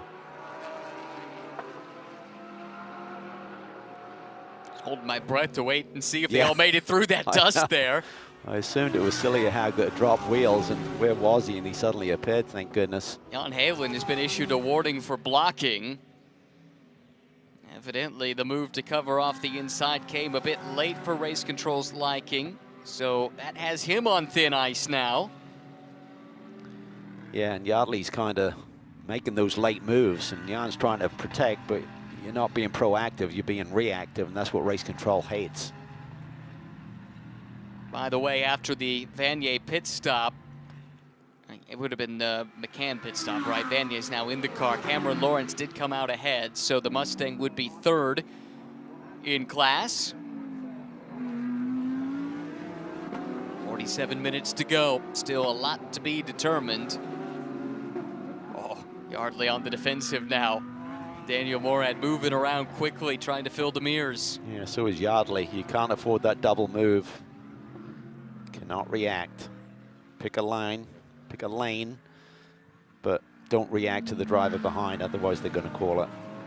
Thomas Merrill just behind this group as Ricardo Agostini for company. That's the fight for the final spot in the top 5. See there, Ellis now, 7th in class, but Improved the pace a little bit. They found half a second. He's now in the 7s, but there you see him in the backdrop there. Black and red second JMF machine. Therese Leleu did a great job avoiding that carnage through the kink. Team made a good strategy call. I thought they missed an opportunity, but kind of reset itself, and then did the drive-through, but didn't reset the drive time by not stopping in the pit box. Corrected that by doing another fuel stop, so that's really put them in great shape here. Coupled with good speed from Merrill. Exactly so. Here comes Ellis. I think your analysis earlier was right, though. Maybe the fact that they missed so much track time earlier in the weekend was just too much of a setback to overcome. Had the engine failure with Philip Ellis driving. Had to hustle to get a spare to the team. Got it here late yesterday, used a local shop to replace it, and here they are in the fight. Meanwhile, Morad on the attack now. He's to the outside of Yardley. He'll pinch him down to the inside here at turn 3, and he'll take that position away. Wow. That was using every mirror, rear view camera that you could have there for Morad to try and identify exactly where Yardley was, and just carved the corner perfectly to take the line away. Wasn't dirty at all, it was just perfect. That's Daniel Morad for you. He is a hard charger. This was a big opportunity that came his way starting in the second round of the season. Wasn't with the team at Sonoma, but the team know him really well. And when they need a plug-and-play solution, it seems like he is the first call that they're going to make. Pro-Am Championship has been extremely hard fought all year long, and this is the situation as they run right now. This gets affected, though, with the impending pit stop by Mads Siljehaug, so that changes things around slightly once that happens. But yeah, super close in the Pro-Am title fight. Yeah, so he'd move up 3 points, right? So he's 4th right now, 12. He'd move up to 3rd, which is 15. So correct. Give them a 3-point lead potentially. Yes. It's pretty tight in Pro as well. I think as they run right now, Foley and Rothberg would be 4 points behind. They came in trailing by 8. Did they not? No, it was 11. 11, okay. Yep, you're right. So I'll tell you what was happening here. Grenier has not let Foley just drive off into the distance. Seemed like Robbie had huge pace advantage. See what they were last time across. They were about a 10th between each other, but now Foley's got a 4/10 advantage on that last lap. So I've been reading too much into that. Maybe Foley had some traffic or something. Here are the Pro Class points as they run. It's close. Yeah, it's only the 12 car there, though. What, 16 points behind, potentially? Mm-hmm. They look super threatening with the pace here this weekend, coming off the big win at Road Atlanta. A breakthrough for them. On pace alone, you have to look at this as a missed opportunity for them. They certainly had the speed to win yet again, and that would have totally inserted them into the championship hunt. As it stands, they need some luck to fall their way to get back in the fight. But remember, double points at Indy. That opens up a possibility for them. As long as they can stick around, then maybe it falls their way in that final 8-hour race. Meanwhile, newcomers to the series. This could be a memorable debut. 2-car field, yes, but Mitchell Green and John Morley have had pretty good pace here this weekend, and this Scuderia Corsa team has put a good car underneath them. They have. Great to see John get this opportunity. He's a really talented driver. He's kind of slipped through the net in these early years in single-seater competition due to a lack of funding, but has worked hard as a coach and getting these opportunities with some of the drivers that he's coached. And he just laid down a lap. There's the fastest lap in the class here, a 10th quicker than Benny Simonson. So that's going to be a feather in his cap at the end of the day. Also an avid golfer. I had the odd round of golf with him. He runs an association called the Mediocre Golf Association. He actually won one of those. He's got a bit of a cheater handicap. He says he's a 14, but he shoots like in high 70s, 80s. I'm not sure he makes that work. But what's your handicap these days? Mine's a 13, but I'm a very poor 13 at the moment. So I shouldn't be giving John Morley strokes. That is for absolute certain. More dust up in the air at the exit of turn 14. This is the new racing line, it would appear. Morad up into second in class, and he is quickly catching Jan Halen here. This is going to effectively be the fight for the lead in Pro-Am once the Lamborghini pits, and it still needs to in the next 41 minutes. Morad's teammate is Brayton Williams, who's burst onto the scene here this year. He's standing by with Amanda. Yeah, and he just told me I can't take my eyes off the screen. We're looking at an in-car of Daniel Morad down in the pits here. Just seeing this for you, what's your reaction of what Daniel's doing out there? Daniel's an absolute beast. Still a long way to go, but I think he's got it. We were able to tell the story earlier about the miscue in Road Atlanta and how supportive you still were of the team and the effort. What did you say to them? I mean, everyone makes a mistake here and there, and it's just about how you bounce back. So I think we're doing a pretty good job today. So keep it going. Nice job. Thank you. It's a very mature response to what was definitely a disappointing mistake at Road Atlanta. And similarly, Daniel was given a penalty late in the race at Sebring for some contact that cost them a good result there. So there have been a few mistakes along the way. Their best result is that 6th at Sebring through the opening 4 races of the season. But if they can keep this going, this could be a banner day for this pairing. Wow, that was so interesting to watch Daniel Morad there kind of get that dive plane inside of Jan Halen on the line through the carousel, then switch across to the other side of the road, almost dirt tracking it through the carousel to get a run into the King. That was magic. Halen feels him there. Him tossing that car around right now. He's got to remember, he's got 30 minutes to go on this set of tires, so don't use them up, Daniel. Gotta save something for the end, but and he'd love to get that track position. He's laying back there, trying to get the jump out of 14. Celia Hauk stays out, still effectively the leader on the road, but look at this run. Morad's got a nice head of steam built up. Halen has to go defensive very, very early. Morad could get alongside here before the break zone. He's got to be careful, Jan. He's already had a warning for blocking, so if he's going to pick that right-hand lane, he's got to stick to it. Morad trying to really close in here on the flank of the Porsche. Uses all of the road and a bit more. He's going to try and do what he did, a cut and paste on Yardley, and he makes it stick there. Halen's all over his tail. Did they touch there? I think they might have. It was robust. Here comes Yardley, a big run. Morad around Halen. That will become the lead of the class. Here comes Yardley now. Halen forced to swing out wide, cover off that line of approach from the Kiwi. Here comes Yardley now. On the brakes late. Halen on the brakes later. Gets it woed up. He'll hang on to the spot, but Yardley will try and cross back underneath. Is he close enough? Not yet. I think Halen was trying to suggest to race controller he was using that line as a move on the Mercedes, but at the same time it was perfect for block and Yardley behind him. That interaction between Morad and Halen, that is under review. How do you read it? I'm just okay with it. It's hard racing. I mean, I guess the question is, who are they pointing finger at? If it is Jan Halen, he's had a warning. That could not be great. It was on the ragged edge, but 2 top flight GT drivers going hammer and tong at each other, able to come out both on the other side. Position has changed hands for now, but race control is taking a close look at it. Meanwhile, Yardley would like to get around Halen and insert himself into the battle for what we expect to become the lead of the Pro-Am class. Hard racing, hard battles, hard racetrack. Halen gives Yardley a mouth of dirt at the same time for good measure.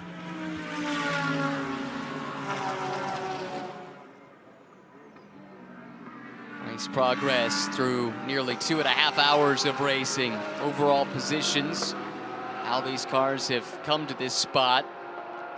Quick update on Celia Haug. He's been out there 56 minutes in this stint, so he can't exceed 65, so he can hang out there for another 8 minutes, maybe another 4 laps. Here he comes in the Lamborghini. Behind him, Morad, Halen, Yardley. Here comes Merrill and Augustini. And how about Philip Ellis? Yeah, there's a few other cars here that can be thinking about a podium here in Pro-Am. It's going to really compress, and Ellis has been digging deep.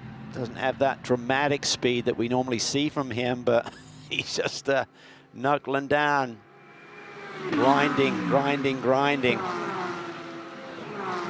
There Very workmanlike day for Ellis. That car had a drive-through penalty early on. They've done well to recover from that. And that car didn't do much running at all early in the weekend with some engine woes. That's put them on the back foot. Yet here they are in the mix.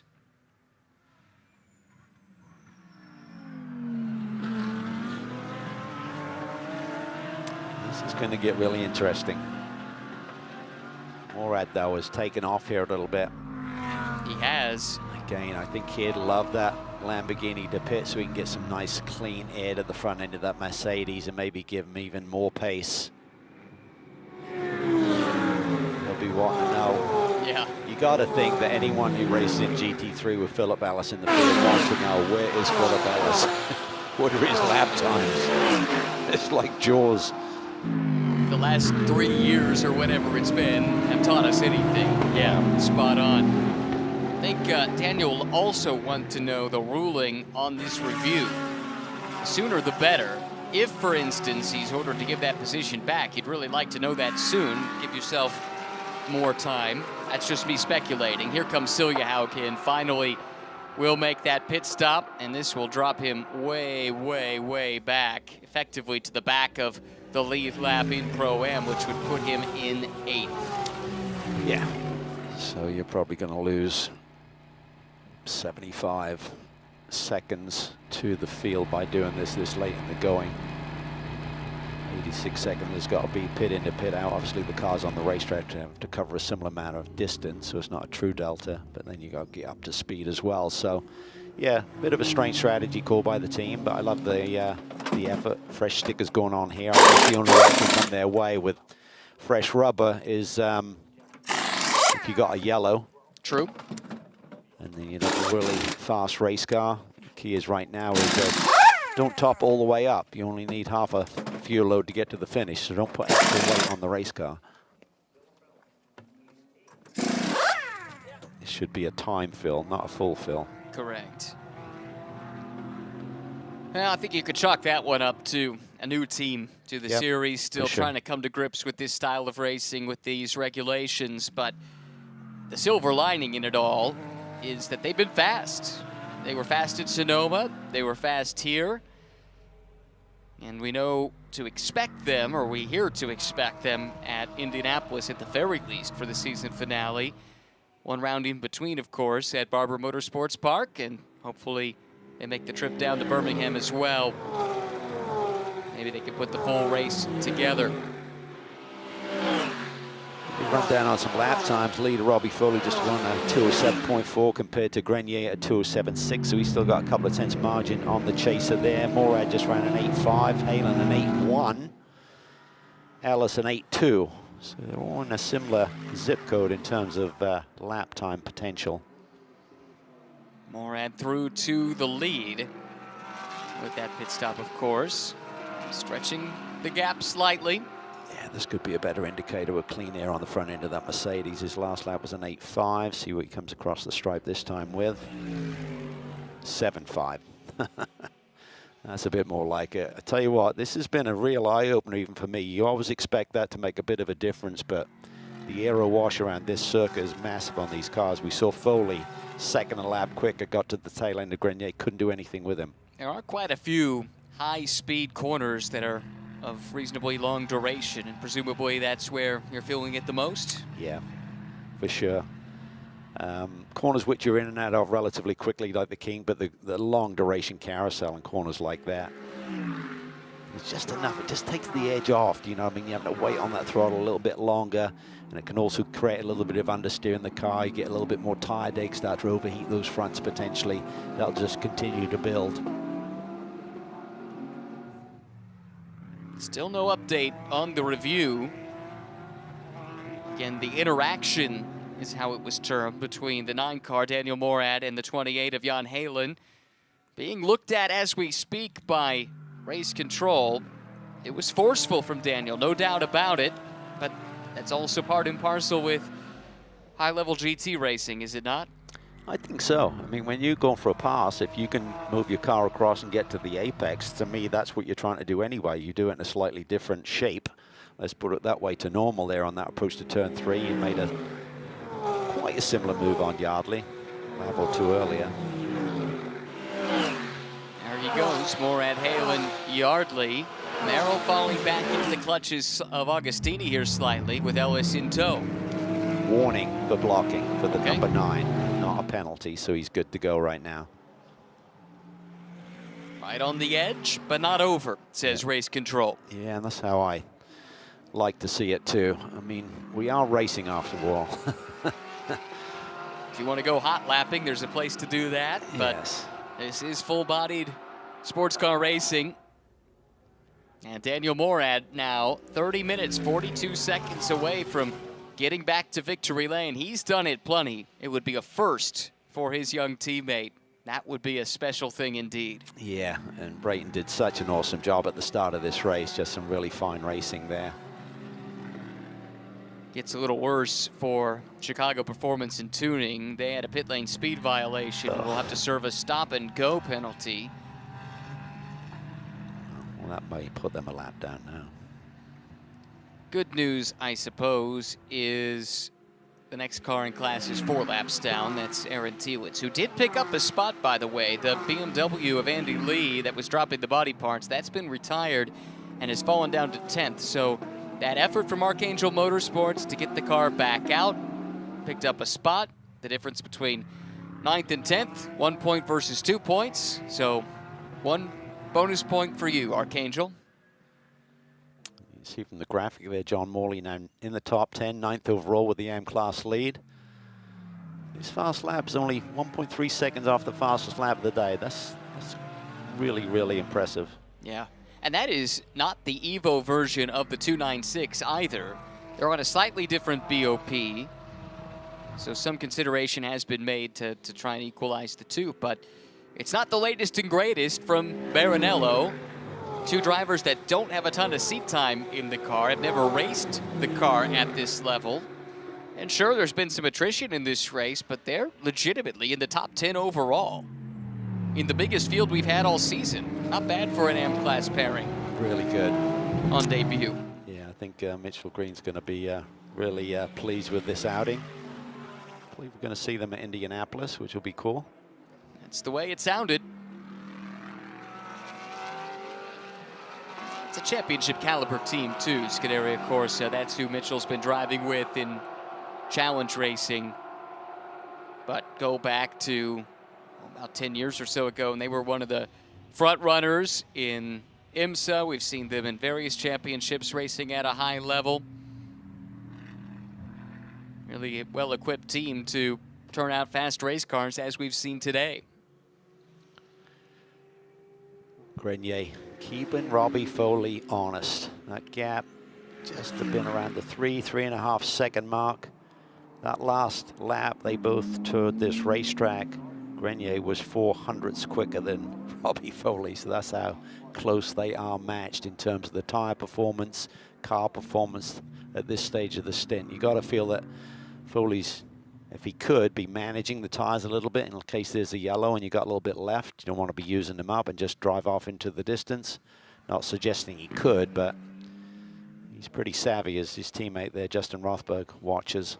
Saw the points as they run. It was close, but 2 teams really have stepped away from the rest of the pack here at this stage. It would likely take something disastrous in the final 2 races for any of the other crews to come into the championship fight. But we've seen some strange things happen at Indy over the years, especially with the double points on offer. Yeah.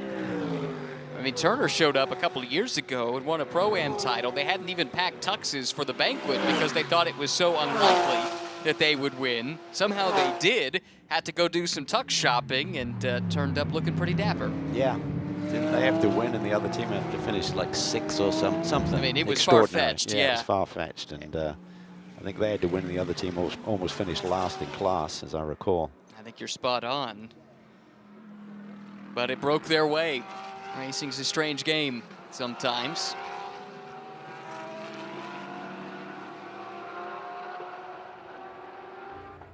Well, through comes Morad. Halen's hanging with him there. Here's Ryan Yardley.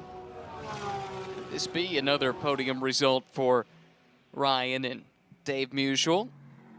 They would be the championship leaders here, given the misfortune for GMG. 3 points to the good as they run. Yeah, that's what we suggested with Allegheny and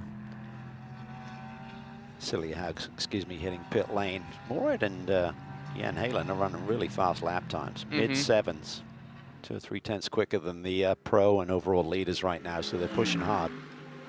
It's always been one of the appeals of this paddock, the fact that, all right, there are only 5 pro-class cars, but especially when we get to the second half of the race and you put the pros in the pro-ams, and all of a sudden they're all on relatively equal footing. Some of these pros and pro-am lineups are absolutely top flight, and the teams that run them are as well.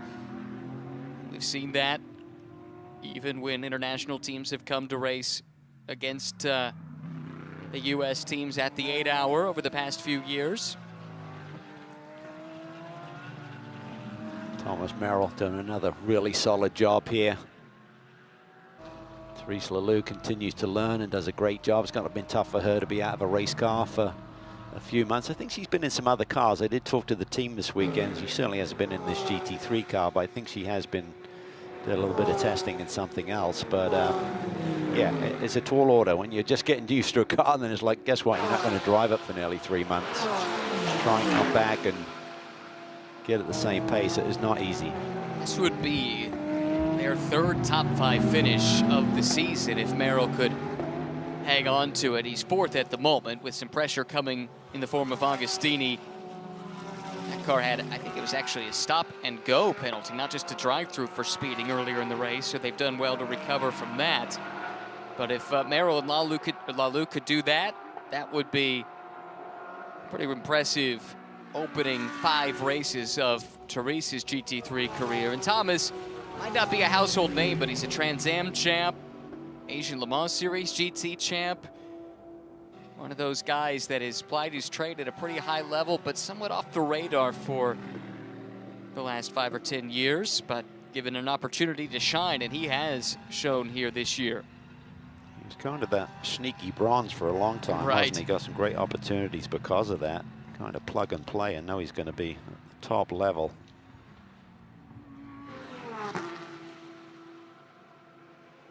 And he's going to have to fight for it here. Agostini will be plenty motivated, and Philip Ellis, we told that story a few times already. Sounds like Philip will be with Jason Daskalos for the rest of the season. Come here through the picture then comes Celia Haug down in 8th. Behind him, the leader in the AM class, and there is John Morley, who we were talking about later. And again, a solid 9th overall for this AM class pairing on their series debut. Yeah, it's going to be fun to see if they get some interest to maybe do a full season campaign next year. Running here at Road America. Mitchell Green's going to be competing here, as we said earlier, in a couple of weeks in the Ferrari Challenge Championship, one that he currently leads.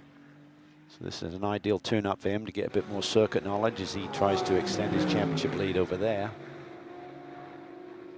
Ellis is just digging deep. He is grinding. He's used to just driving through fields. Right now he's just trying to find a half tenth, a tenth here and there to see if he can make a move on this Ferrari and Porsche immediately in front of him and somehow grab a top 5 off the day. Struggle to fully express how strange it is to see a quiet drive from Philip Ellis. He's usually fireworks. Yeah, they lost some track time, but the JMF squad and the Mercedes just don't seem to be quite as sharp as some of the other cars here this weekend. They got a fresh motor in board that had to be brought in overnight. Not sure if it's got any sort of calibration issues there, if there could be something going on.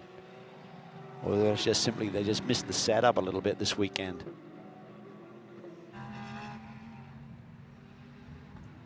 And the meat in the sandwich here is the Italian Riccardo Agostini. multi-time Italian GT champion, both in endurance and sprint. Lamborghini Super Trofeo North America champion back in 2017. Won that for Wayne Taylor Racing. He was paired up with Trent Hedman that year. They also went on to win the World Final at Imola.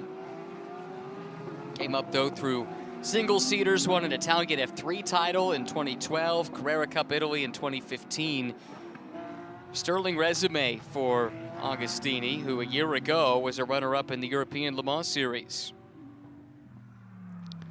Yeah, 32 years old. He's got a good body of work behind him already.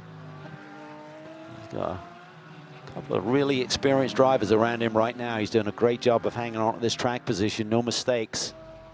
Alice may need one to make that move. Partial schedule this year for Agostini and the Triarsi team. Sebastian Mascaro is his co-driver. Through the kink here, top speeds, Jan Halen, 140 miles per hour. Ferrari and Mercedes both at 139. Then it's Agostini's Ferrari at 138, Foley 137.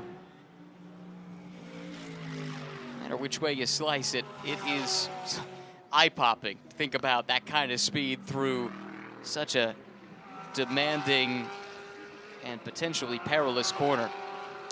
Certainly is. Get your full attention every time you're driving up there. You never just think this is a walk in the park. Did you have a favorite corner here? King, I just love the brake zones and just the racing opportunities here. I mean, it's a great racetrack to drive just by yourself.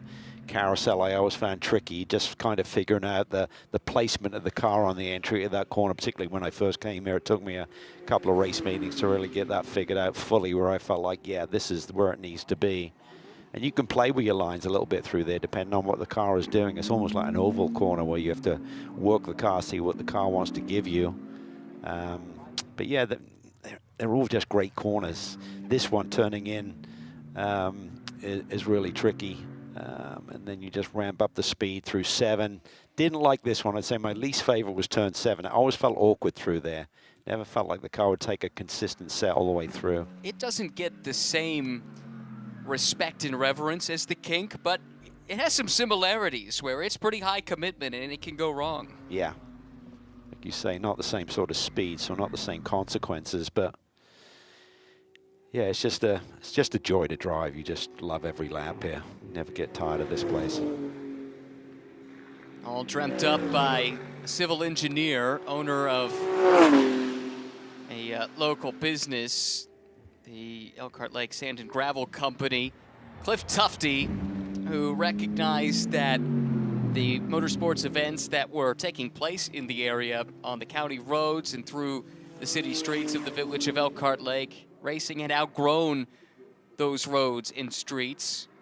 Dreamt up a permanent circuit just outside the town where the heritage could continue, and the result is exactly what you see here. Road America, America's National Park of Speed. It helped that Cliff was a trained civil engineer, so he was very much involved in the design of the circuit, and it speaks to his design acumen that when the repave was done back in 2022, ahead of the 2023 season, extreme measures were taken to make sure that the track maintained its original character. It was surveyed with more than 7,000 grade control points to measure width, camber angles, curbing locations. They wanted everything to remain the same to within a tenth of an inch. Yeah, that's amazing. It's great that we have that technology currently to be able to do that, because you could certainly change the face of a racetrack if you don't do that. So great to see the same nuance there despite the new pavement, which has held up incredibly well. Just everything they do here is first class. Now, when it started with Cliff, a statue of him is here on site. That was erected just a handful of years ago. Amazingly, the initial investment, it sounds like a bargain today, $75,000 up front. Now, that's 1955 money, I grant you. But to think about what he built for $75,000, and it ended up being this classic, timeless place that is cherished not just by the people of Wisconsin, even the United States, but globally. This is a place that drivers want to come and race. Yeah, that is for sure. Molina was full of praise on his first visit here, even though he didn't get many race laps here today aboard the Ferrari. He had a big smile on his face, and he'll enjoy coming back in years down the road, I'm sure. But Morad, what a great performance. Really feisty, gutsy drive by Daniel Morad. This is a big opportunity for him, frankly. I mean, he had a spot with Windward Racing for a long time in multiple championships, and that went by the wayside. Middle of the year, that was last year, I suspect, and kind of was stuck on the sidelines to some degree. But when the team decided to go a different direction for the second round of the season here this year, they called up their old friend. Daniel's driven for them a lot over the years, won a lot of races for them, the Romanelli brothers, TR3, and immediately has been on the pace. Very nearly had a big result at Sebring, if not for some strategic miscues, maybe at Road Atlanta, but it's all come good here. Just needs to hang on for another 15.5 minutes to take that coveted Pro-Am win. Another look at John Morley. He's got to be loving life. Oh, yeah. To get a GT3 opportunity at this stage of the game is just fantastic. That's just showcases what determination and being a quality guy, supporting people in the right way. And great that Mitchell Green has chosen him as his coach to be his partner in this first foray into this level of competition. Well, you talked about it earlier. He was an up-and-coming single-seater driver back at the turn of the millennium. Came through Barber Dodge, finished 5th in the championship in 2000. Again, competed in 2001. And then I have found absolutely nothing on his racing CV between 2002 and 2017 when he popped up making a handful of touring car starts in various championships, and he's made a nice name for himself as a coach, driving those touring cars. But yeah, this is the kind of opportunity that he would have loved 26 years ago, and now it falls into his lap. I suppose better late than never. Yeah, lives in San Francisco, got a young boy who's just started first grade at school. So life is good for John Morley right now, and he deserves it. And again, great team behind him in Scuderia Corsa. Turned around a really quick car. Nice to have 2 AM class entries here for the first time in a little while. I think the last time was Circuit of the Americas. And nice to hear we'll have at least these 2, it seems like. Looking ahead to the 8-hour. Final 8-hour at Indianapolis. That news earlier this year. Yeah. Moves to Coda for next year, and much earlier in the year. I kind of look at it as the final flourish in my head, so it'll be kind of a bit of a weird dynamic to have it so early in the championship season. It's been a while. One of the California 8-hours, I recall, ran in the spring, but yeah, we've come accustomed to going to Indianapolis in October. Still will next year, but not for an 8-hour race. And that's also a crucial leg in the Global Manufacturers Championship. GT World Challenge, of course, active on 4 continents. Points scored for the manufacturers in GT World Challenge America, Asia, Australia, and Europe. We had 3 of the 4 in action this weekend, in fact. Europe at the Nürburgring, Asia at Okayama, America here at Road America. Won't give away any spoilers, and these manufacturer standings won't either, because this is the way it looked coming into the weekend. Mercedes-AMG topping Porsche. Ferrari is in 3rd, then BMW and Audi still active despite the fact that they've pulled their full factory backing from behind most of the world. Still pretty active in Asia and Australia to some degree. So a quick shot, Mackay Stevens watching his partner here in crime, Michael Grenier, go to work. He's just been digging deep, grinding away at this, keeping that gap to Robbie Foley right at that 3 to 3.5 second range. It's been nip and tuck. Both the drivers running lap times typically within a 1/10 or 2 of a second of each other each time around the race circuit. Of course, we never know how much Foley is managing things, but I think both drivers are pushing pretty hard, looking at the pace that they've been running so far today. About this for Justin Rothberg, a 2-time champion already in GT World Challenge America. Both, though, have come at the Pro-Am level. Got that win at Sebring, and it was an overall win earlier this year. A couple of disappointing results, 4th at Sonoma, 4th at Road Atlanta. In between that, 2nd at Coda, then that win at Sebring. But he's continued to answer the challenge. When he steps up a level, he brings his level up commensurate with the challenge. Yeah, and he didn't drive between the end of last year and the beginning of this. Do you know what I mean? So for him to rock up at Sonoma and try and get up to pace compared to which all-pro lineups, that's really hard. So he's done a great job, and I think he's got the poise. I think Robbie Foley's just the perfect partner. I mean, Robbie's now so experienced. He's got so much speed. He had the fastest qualifying lap here this morning amongst all the classes and all of the drivers, of course. So good team, and Justin just keeps working at his craft, and very rarely makes mistakes. So it's just a really perfect complement to each other, and they're getting big results. You know, they're looking for another championship at a whole new level. Had the technical issue at Road Atlanta, which was what dropped them off the podium there. They had a really strong race car that day as well. So, but this is a big day for them to be closing within 4 points of the championship lead with double points on hand for Indianapolis. Anything can happen. As they well know. Told that story earlier. You talk about Rothberg not driving in between events. I don't believe Mackay Stevens did any driving either.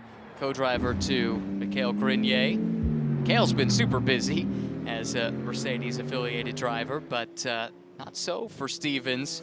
And he continues to up his game with each passing year. So John Morley leads in the AM class. Mitchell Green made his first ever GT3 start earlier today. Love to get his thoughts, and Amanda has found him. Yeah, he said John just having an absolute blast out there. And Mitchell, how will you reflect on this debut weekend and here in the series? No, it's fantastic. It's great to get out here as the first longest endurance race I've ever done. So I don't think I've ever driven 80 or 90 minutes in the car, but I survived. How are you feeling? Are you exhausted? Are you joyful? Joyful, I'm fine. And what is John saying back to you guys? Oh, John just told me to keep pounding laps in, especially after we got through the 3 yellows, and just consistently put in laps. And so I was doing that in the low to mid 209s. It was good. Well, you're going to translate this 3-hour race into an 8-hour race later in the season at Indianapolis. Who's in that 3rd seat? It'll be myself, John Morley, and then Jamie Morrow as well. We look forward to seeing you there. Congratulations. Thanks for having me. Exciting there. Nice of him to break the news for us. We had heard rumblings to that effect, but wasn't our news to break. Yeah, met Jamie this morning for the first time. He's a fellow Brit. We have some people that we've worked with in racing over the years at very different times, but Martin Hines, who I race with, pioneer in karting around the supercars. But this is a battle here. Ellis is focused on this for now. Ooh, how will this be called? This is tight, and he gets a little bump, I think, there by the Ferrari when they finally get to the brake pedal up into turn 6. So he made the move down into turn 5. Protected up the hill. Was he proactive with that? I'm sure the race director will be taking a look at it. We'll look for a message. So I saw a message a moment ago that Agostini was told to get behind Ellis. That was for blocking. This is him getting behind Ellis. He's done that. Check. Now he's back on the attack again. That's where we picked up the battle. Yeah, and I would say actually Ellis elected to move left before Agostini did by a millimeter. Well, a second, should I say. Look, that looked a lot like the situation with Morad and Halen. That was a warning to Morad. Yeah. Seems apropos. Admittedly, we haven't seen all of the interaction, so there could be more to that story. Here's a battle for position. Yeah, for the podium. How about that? Cameron Lawrence has been caught by Zach Vanier here with 7 minutes, 17 seconds to go. And almost identical lap times last time around, so they've been this close now for a little bit. So we now focus in on this. Huge difference between 3rd and 4th, spraying or not spraying champagne tonight. Oh, Vanier looking super aggressive. There's contact there. Oh, both cars took a hit, but both emerge on the other side in the same position. Great car control there by Cam Lawrence.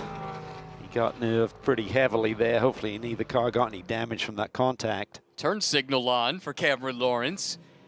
It could have been incidental, all arms and elbows trying to save the car. He could end up turning the turn signal on. Let's look at this again. So Cam goes to the middle of the road, and Vanier just thinks there's still enough room to get it done, and that gap eventually went away to the point that there was contact. I think it's just hard racing right now. I don't think it's going to draw a penalty, though. That'd be my best guess. Fortunately, both cars seemingly unaffected, able to continue on. Vanier looking for his third podium on the season. Comes out of Carrera Cup racing, finished third in that championship last year with a couple of wins, 9 podiums. Also did the Porsche Endurance Challenge season last year, runner-up there as well. He's a former Sprint Challenge champion back in 2023. And they're equally tight in the championship coming into this weekend. They're only separated by 1 point, with Sedgwick and Lawrence sitting in P4 at 25 markers back at the championship lead, and McCann Jr. and Vanier 26 markers back.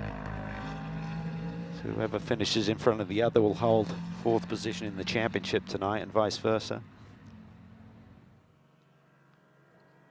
Vanier's got some pace in that car. Looks like the Mustang struggling a little bit here late in this stint. Both of these teams, by the way, probably should have been further up the order. They were unfortunate with the timing of a yellow because they had been doing driver swaps at every pit stop, which meant that the driver in the car at the time had not hit the mandatory drive time. And so even though the window opened to go to the end on fuel, they couldn't take it because they had drivers that still needed to get some more driving done. Meanwhile, Turner and JMF both were in a window where they could take the stop, and that's what separated first and second from third and fourth so massively. Yeah, that's what happens when you kind of elect to run that strategy with pretty equal but shorter stints for the drivers. So caught them out a little bit. There's so many what ifs in this game. You got to really like go through all of those to see what the consequences may be if you go in a certain direction. Vanier got his start racing in his native Canada. Actually started driving snowmobiles at age 3. Told me once that he and his dad were out shopping and they saw a red snowmobile at a store, and I guess 3-year-old Zach Vanier wouldn't get off of it. So Dad said, all right, I guess we're going to buy the thing. They got it home, though, and as soon as they started the engine, he was too afraid to get on. I feel like I should have been riding a snowmobile in the TV booth this weekend. It's been so frisky in there. Now you're fighting through it, though, Cal. Deserves some kind of award. Should have seen him. I wish we could put that picture up on the screen. Calvin all bundled up. And a blanket. Richard says he can if we want him to. I say we do. Let's do it. Got 3.5 minutes to go. If there's some time, just to give folks a peek behind the curtain. Showing up in shorts was not probably the brightest idea yesterday. No, not after we already established how cold it was on day 1. But look at this. This is close. The Mustang certainly has the edge, but Vanier's trying to get every ounce of draft that he can right now. This is the advantage the Mustang has. He can always build just enough of a gap, it seems like, going into the big break zones where he's not under serious threat, barring a mistake. Yeah, if you got track position, you got straightaway speed. It's typically a good ace to have up your sleeve. He's right there. This is where he made that lunge. Was that a couple laps ago? Thought about it again, at least sold the dummy, but Lawrence wasn't buying. No, Cam's been really defiant this year and been under immense pressure and not cracking. He's really got a ton of experience now, a ton of confidence in his game. 2-time Trans Am champ in the TA2 class, super competitive. That was amazingly over a decade ago already. Cameron Lawrence, originally from Florida, now lives in Austin, Texas. 2015 winner of the 24 Hours of Daytona. Got a nice resume and a big opportunity for him here.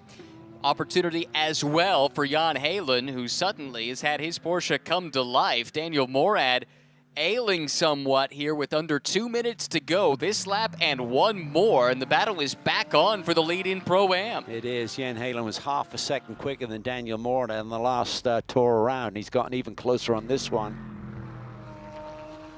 Daniel just peaked those tires a little bit, lost the balance in the race car.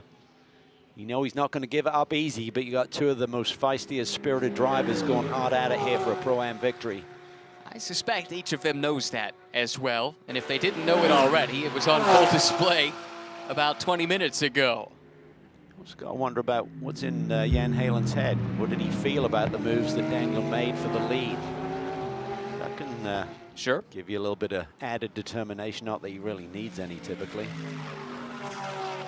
One lap to get it done. Here comes Robbie Foley. White flag flies for Turner Motorsports. And could it be the second win of the season for Justin Rothberg and Robbie Foley? Mikael Grenier trying to keep pace, but he's 3.4 seconds behind. Meanwhile, Philip Ellis, having gotten around Riccardo Agostini, was tucked up behind the rear wing of Thomas Merrill a moment ago. Lost a little momentum there through 14, so we'll see. This is a fight here for 4th, 5th, and 6th in the Pro-Am class. It just doesn't look like he's got the straightaway speed, and I know it's different manufacturers in this 3-car battle right now, but just got to wonder whether that new motor, I'm not sure if it was fresh or where it came from, but either way, just seems to be struggling a bit in the straightaway stakes.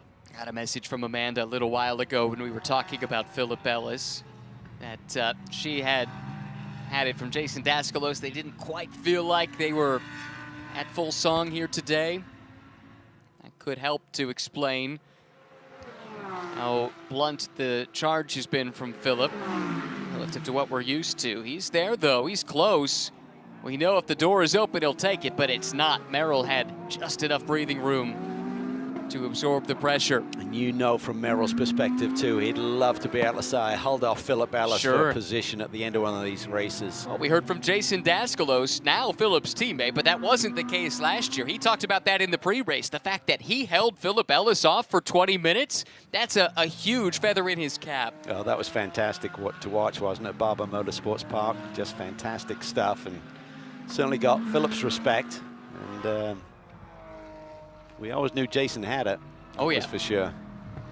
Now he's driving his best this year. Philip is in for the rest of the season, so that makes this a team to keep an eye on. Lorcan Hannafin did a nice job as well early in the year.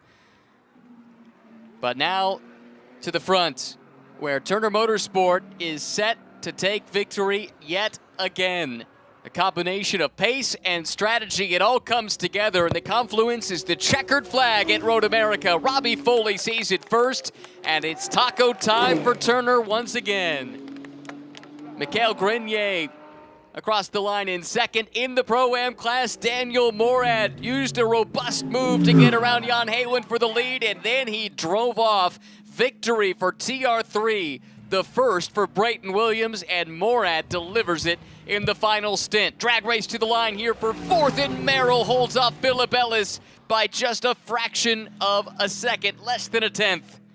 I think Halen might have been out of fuel. He pulled that car into the pit lane, still crossed the line in second place.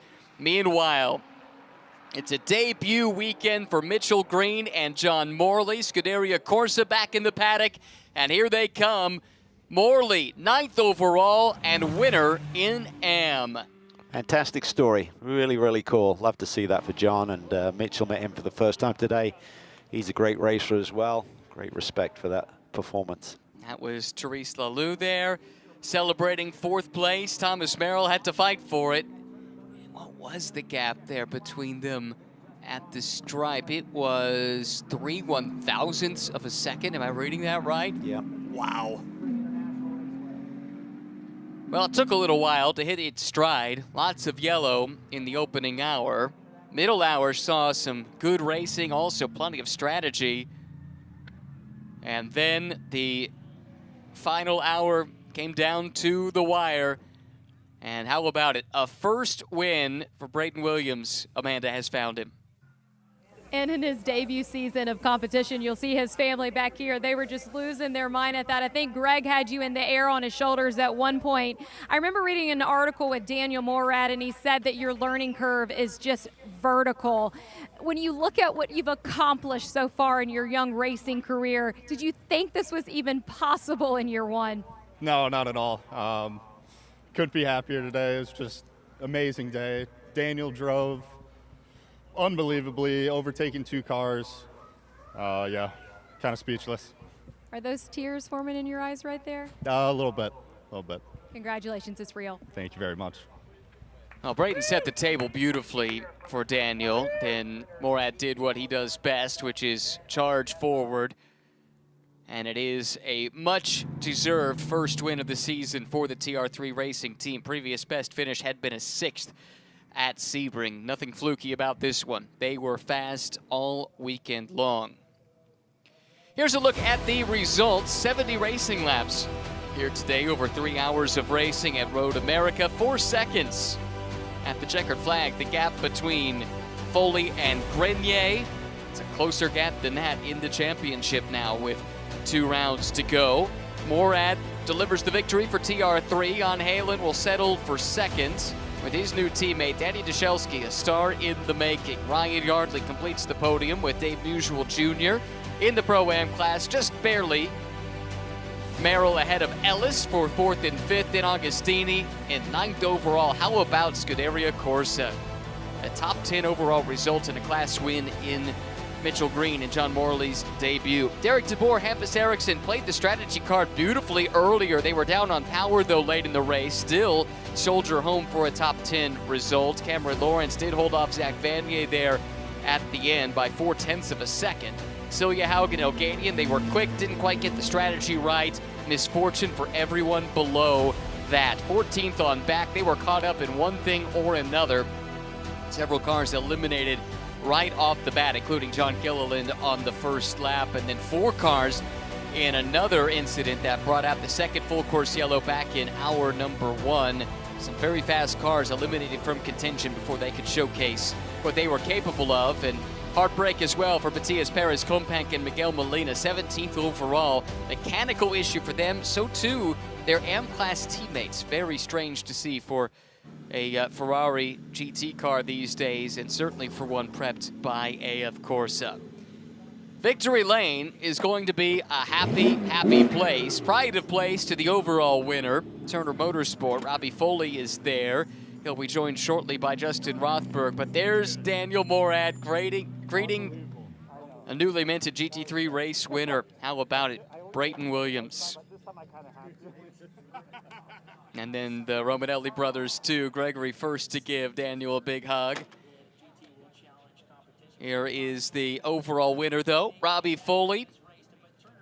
Climbing out of his machine, fist in the air, and celebrating a big result. Back-to-back Pro-Am titles, up to the Pro class for the first time, and they're up for the challenge. Way to bounce back from a disappointing Road Atlanta. It's been a long time to dwell on that, and they responded in the best possible way.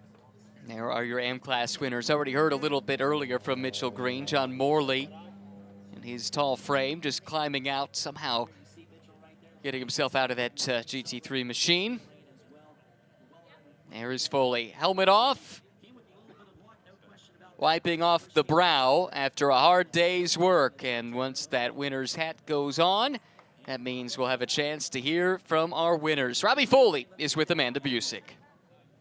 Summer break is officially over, and you guys just put yourself on the top of the podium in this pro category. Opens wide up for the championship as we head to 2 more rounds in the season. When you think of what happened in Road Atlanta, why is this finish what you guys were after? Yeah, it's just a credit to the team and everybody that puts together this great car. Yeah, the car was on fire today, and my job was pretty easy. Goes out to the Turner Motorsport guys and girls, and we'll try to put a little championship run together. It was a crazy start to this race. I know you were probably watching it through and advising Justin through all of it. What was your perspective of all of it? Obviously, my stint wasn't as exciting for most of it, but you know, we finished first, really happy. Of course, Ferrari was ripping. It's unfortunate how that went, but I'll take it. I'm really happy to win this week. My first coach who set me on this path, Cedric, he passed away last week, so really wanted to win for him, and we were able to do that, so it feels really good.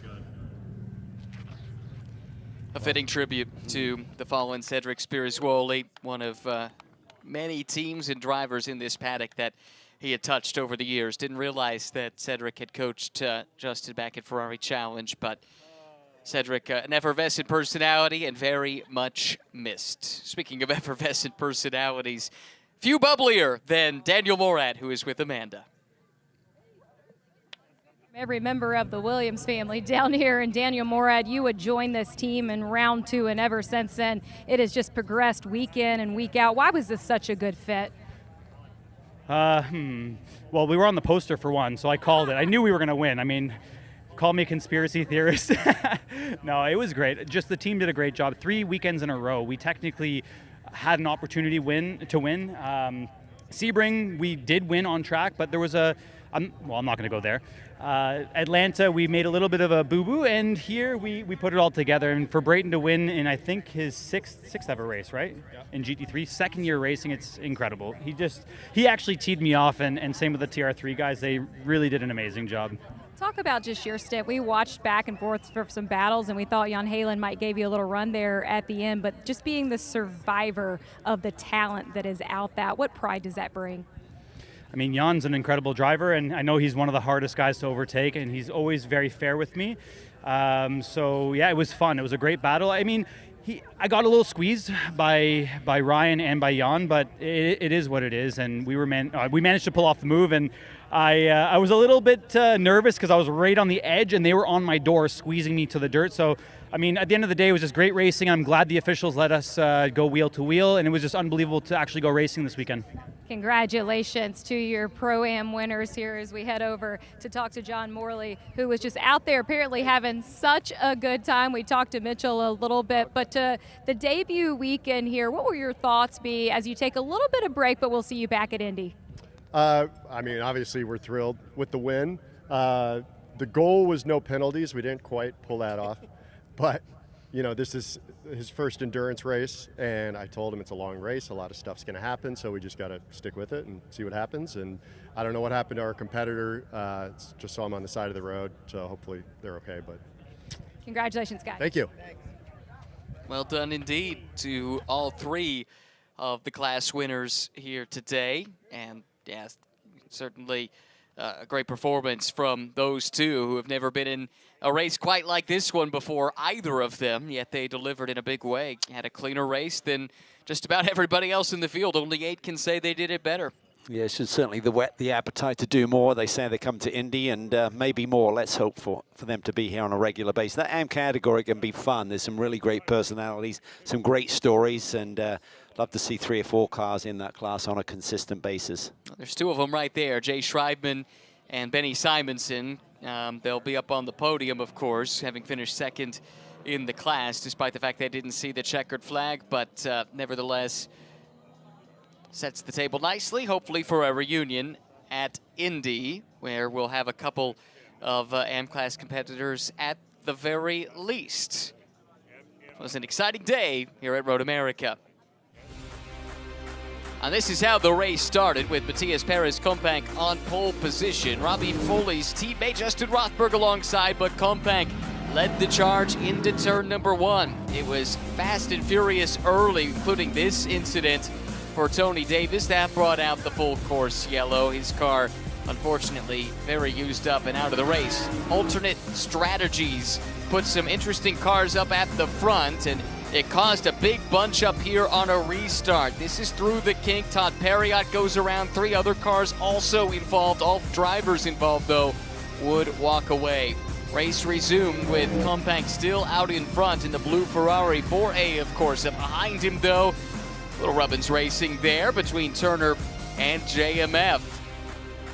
Problems, though, for AF Corsa. They started to emerge before this pit stop here. Miguel Molina got aboard, but immediately realized there was something amiss, stopped the car on track. Ultimately, they parked the car. They were done for the day.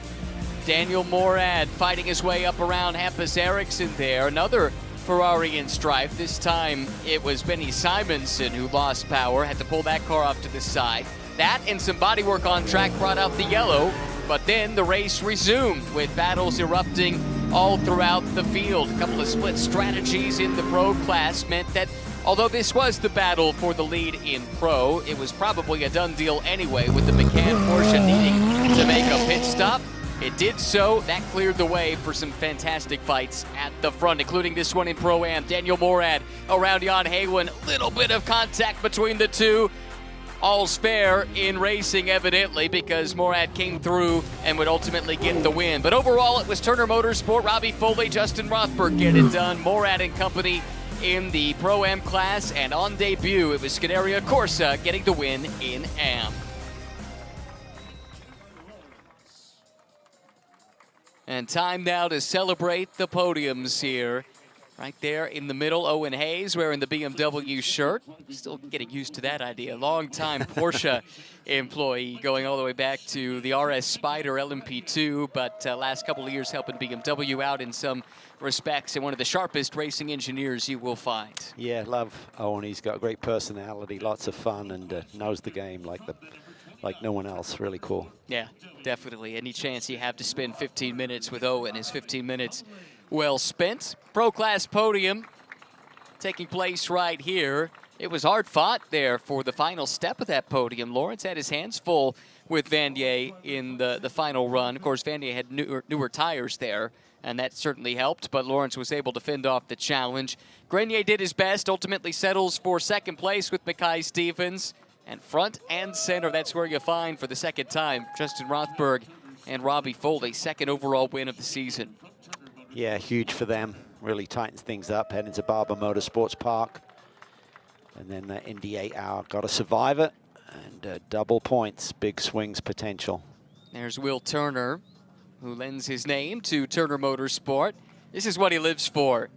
Getting to celebrate a race victory with some tacos, I suspect, later tonight, as is customary. Not a great taco spot that I'm aware of in Elkhart Lake. It's a good one for lunch. Did you? Oh, yeah. Genevieve set us up. That's right, of course. Yeah. Need to give Will Genevieve's number. That's right. Maybe make a custom order. Here she makes a mean chicken salad. Well, the Turner boys will celebrate, as they always do. They take it very, very seriously, but they like to have a bit of fun. But great to see this championship tightening up. It gives us lots to chew on, Ryan, over the next few weeks before we wait for the next round of the championship.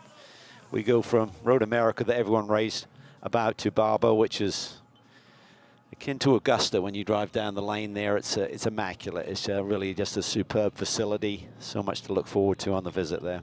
Well manicured doesn't begin to describe the grounds at Barber Motorsport Park. That is the next stop in the championship trail for GT World Challenge America. This is the way the standings look going into the final two races and final 11 hours of racing of the season. Stevens and Grenier, but only by 4 points over Rothberg and Foley. Tough one today. What might have been for AF Corsa and Matias Perez-Companc. The only potential salvation is the fact it is double points at Indy, but even with that in mind, tough to make up too much ground in a 5-car class. Still, they'll go and they'll fight until the final checkered flag of the season. Still pretty close as well between Dollarhide Racing and McCann Racing. Only 4 points between them, and you know that they've got some bragging rights at play between those two relatively young operations. Absolutely. As the first battle there went right down to the wire. Cam Lawrence hung tough there. Vanier was giving it absolutely everything, including that little bump there, but Cam hung on to it, and a really solid day for Dollarhide Racing. Something to build on. And they'll head to Barber and try and do a little bit better the next time. Now it's time for the Pro-Am podium. Already up there on the rostrum, Ryan Yardley, Dave Musial Jr. Combination of things for them. They played strategy pretty well. Could have played it slightly better at one stage, but good pace between the two of them. Yardley in particular was strong in the final stint. Yeah, really good. And Danny Dashelski, I mean, we talk about phenomenal performances here today. He put one in as well. What a day. What a qualifying run. What a race performance. Comes up just shy of the win. Yeah, he announced his presence here today. That's the young man you see just to the side of Jan Halen, left of Brayton Williams, who's taken his spot on center stage next to Daniel Morad. This will be a special celebration for Brayton. First ever GT3 win, first ever pro racing win. He really jumped into the deep end this year with very limited experience. A little dialogue there between Daniel and Jan, so I think there may be some further discussion on what happened there on the racetrack. I'm sure they got differing views. That comes as exactly zero surprise. Yeah. That they might view that slightly differently, but they'll sort it out. Jan's able to force a smile at least. And there's Gregory Romanelli, team owner for Morad and Williams, standing there, lifting up the winner's trophy, team winner's trophy as well.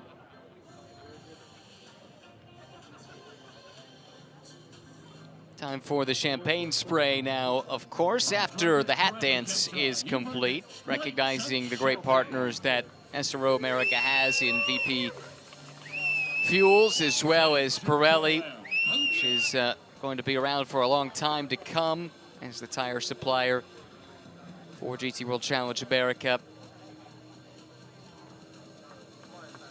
Time to celebrate this evening, a hard-earned podium, or in the case of Williams and Morad, a hard-earned win in the most competitive class in GT World Challenge America this year, with 17 cars in the class here this weekend.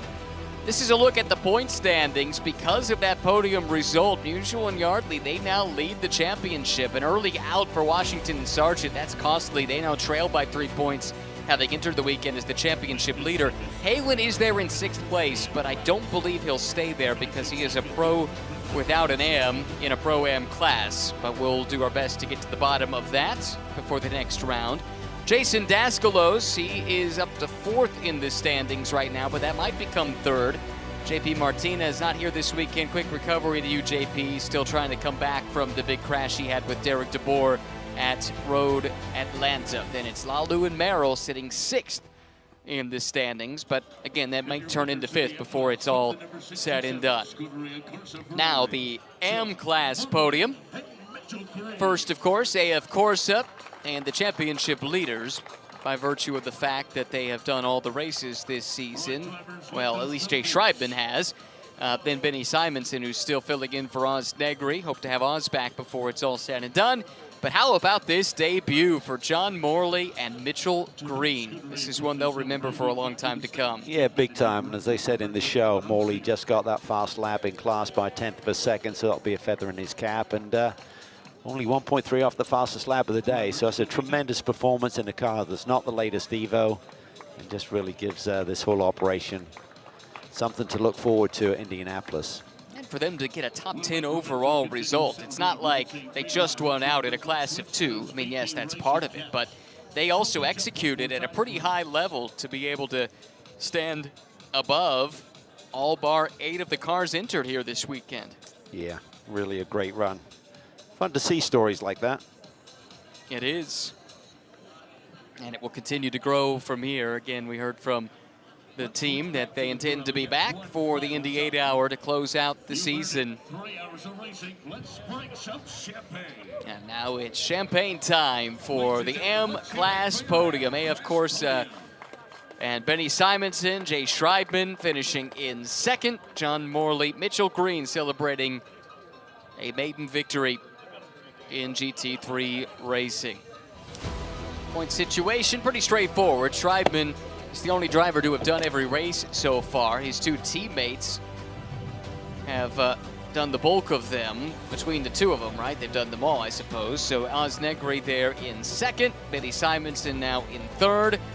Morley and Green scoring first place points. That puts them ahead of the other AM pairing we had for one race earlier this season. Lone Star Racing's Jay Logan and Mark Austin.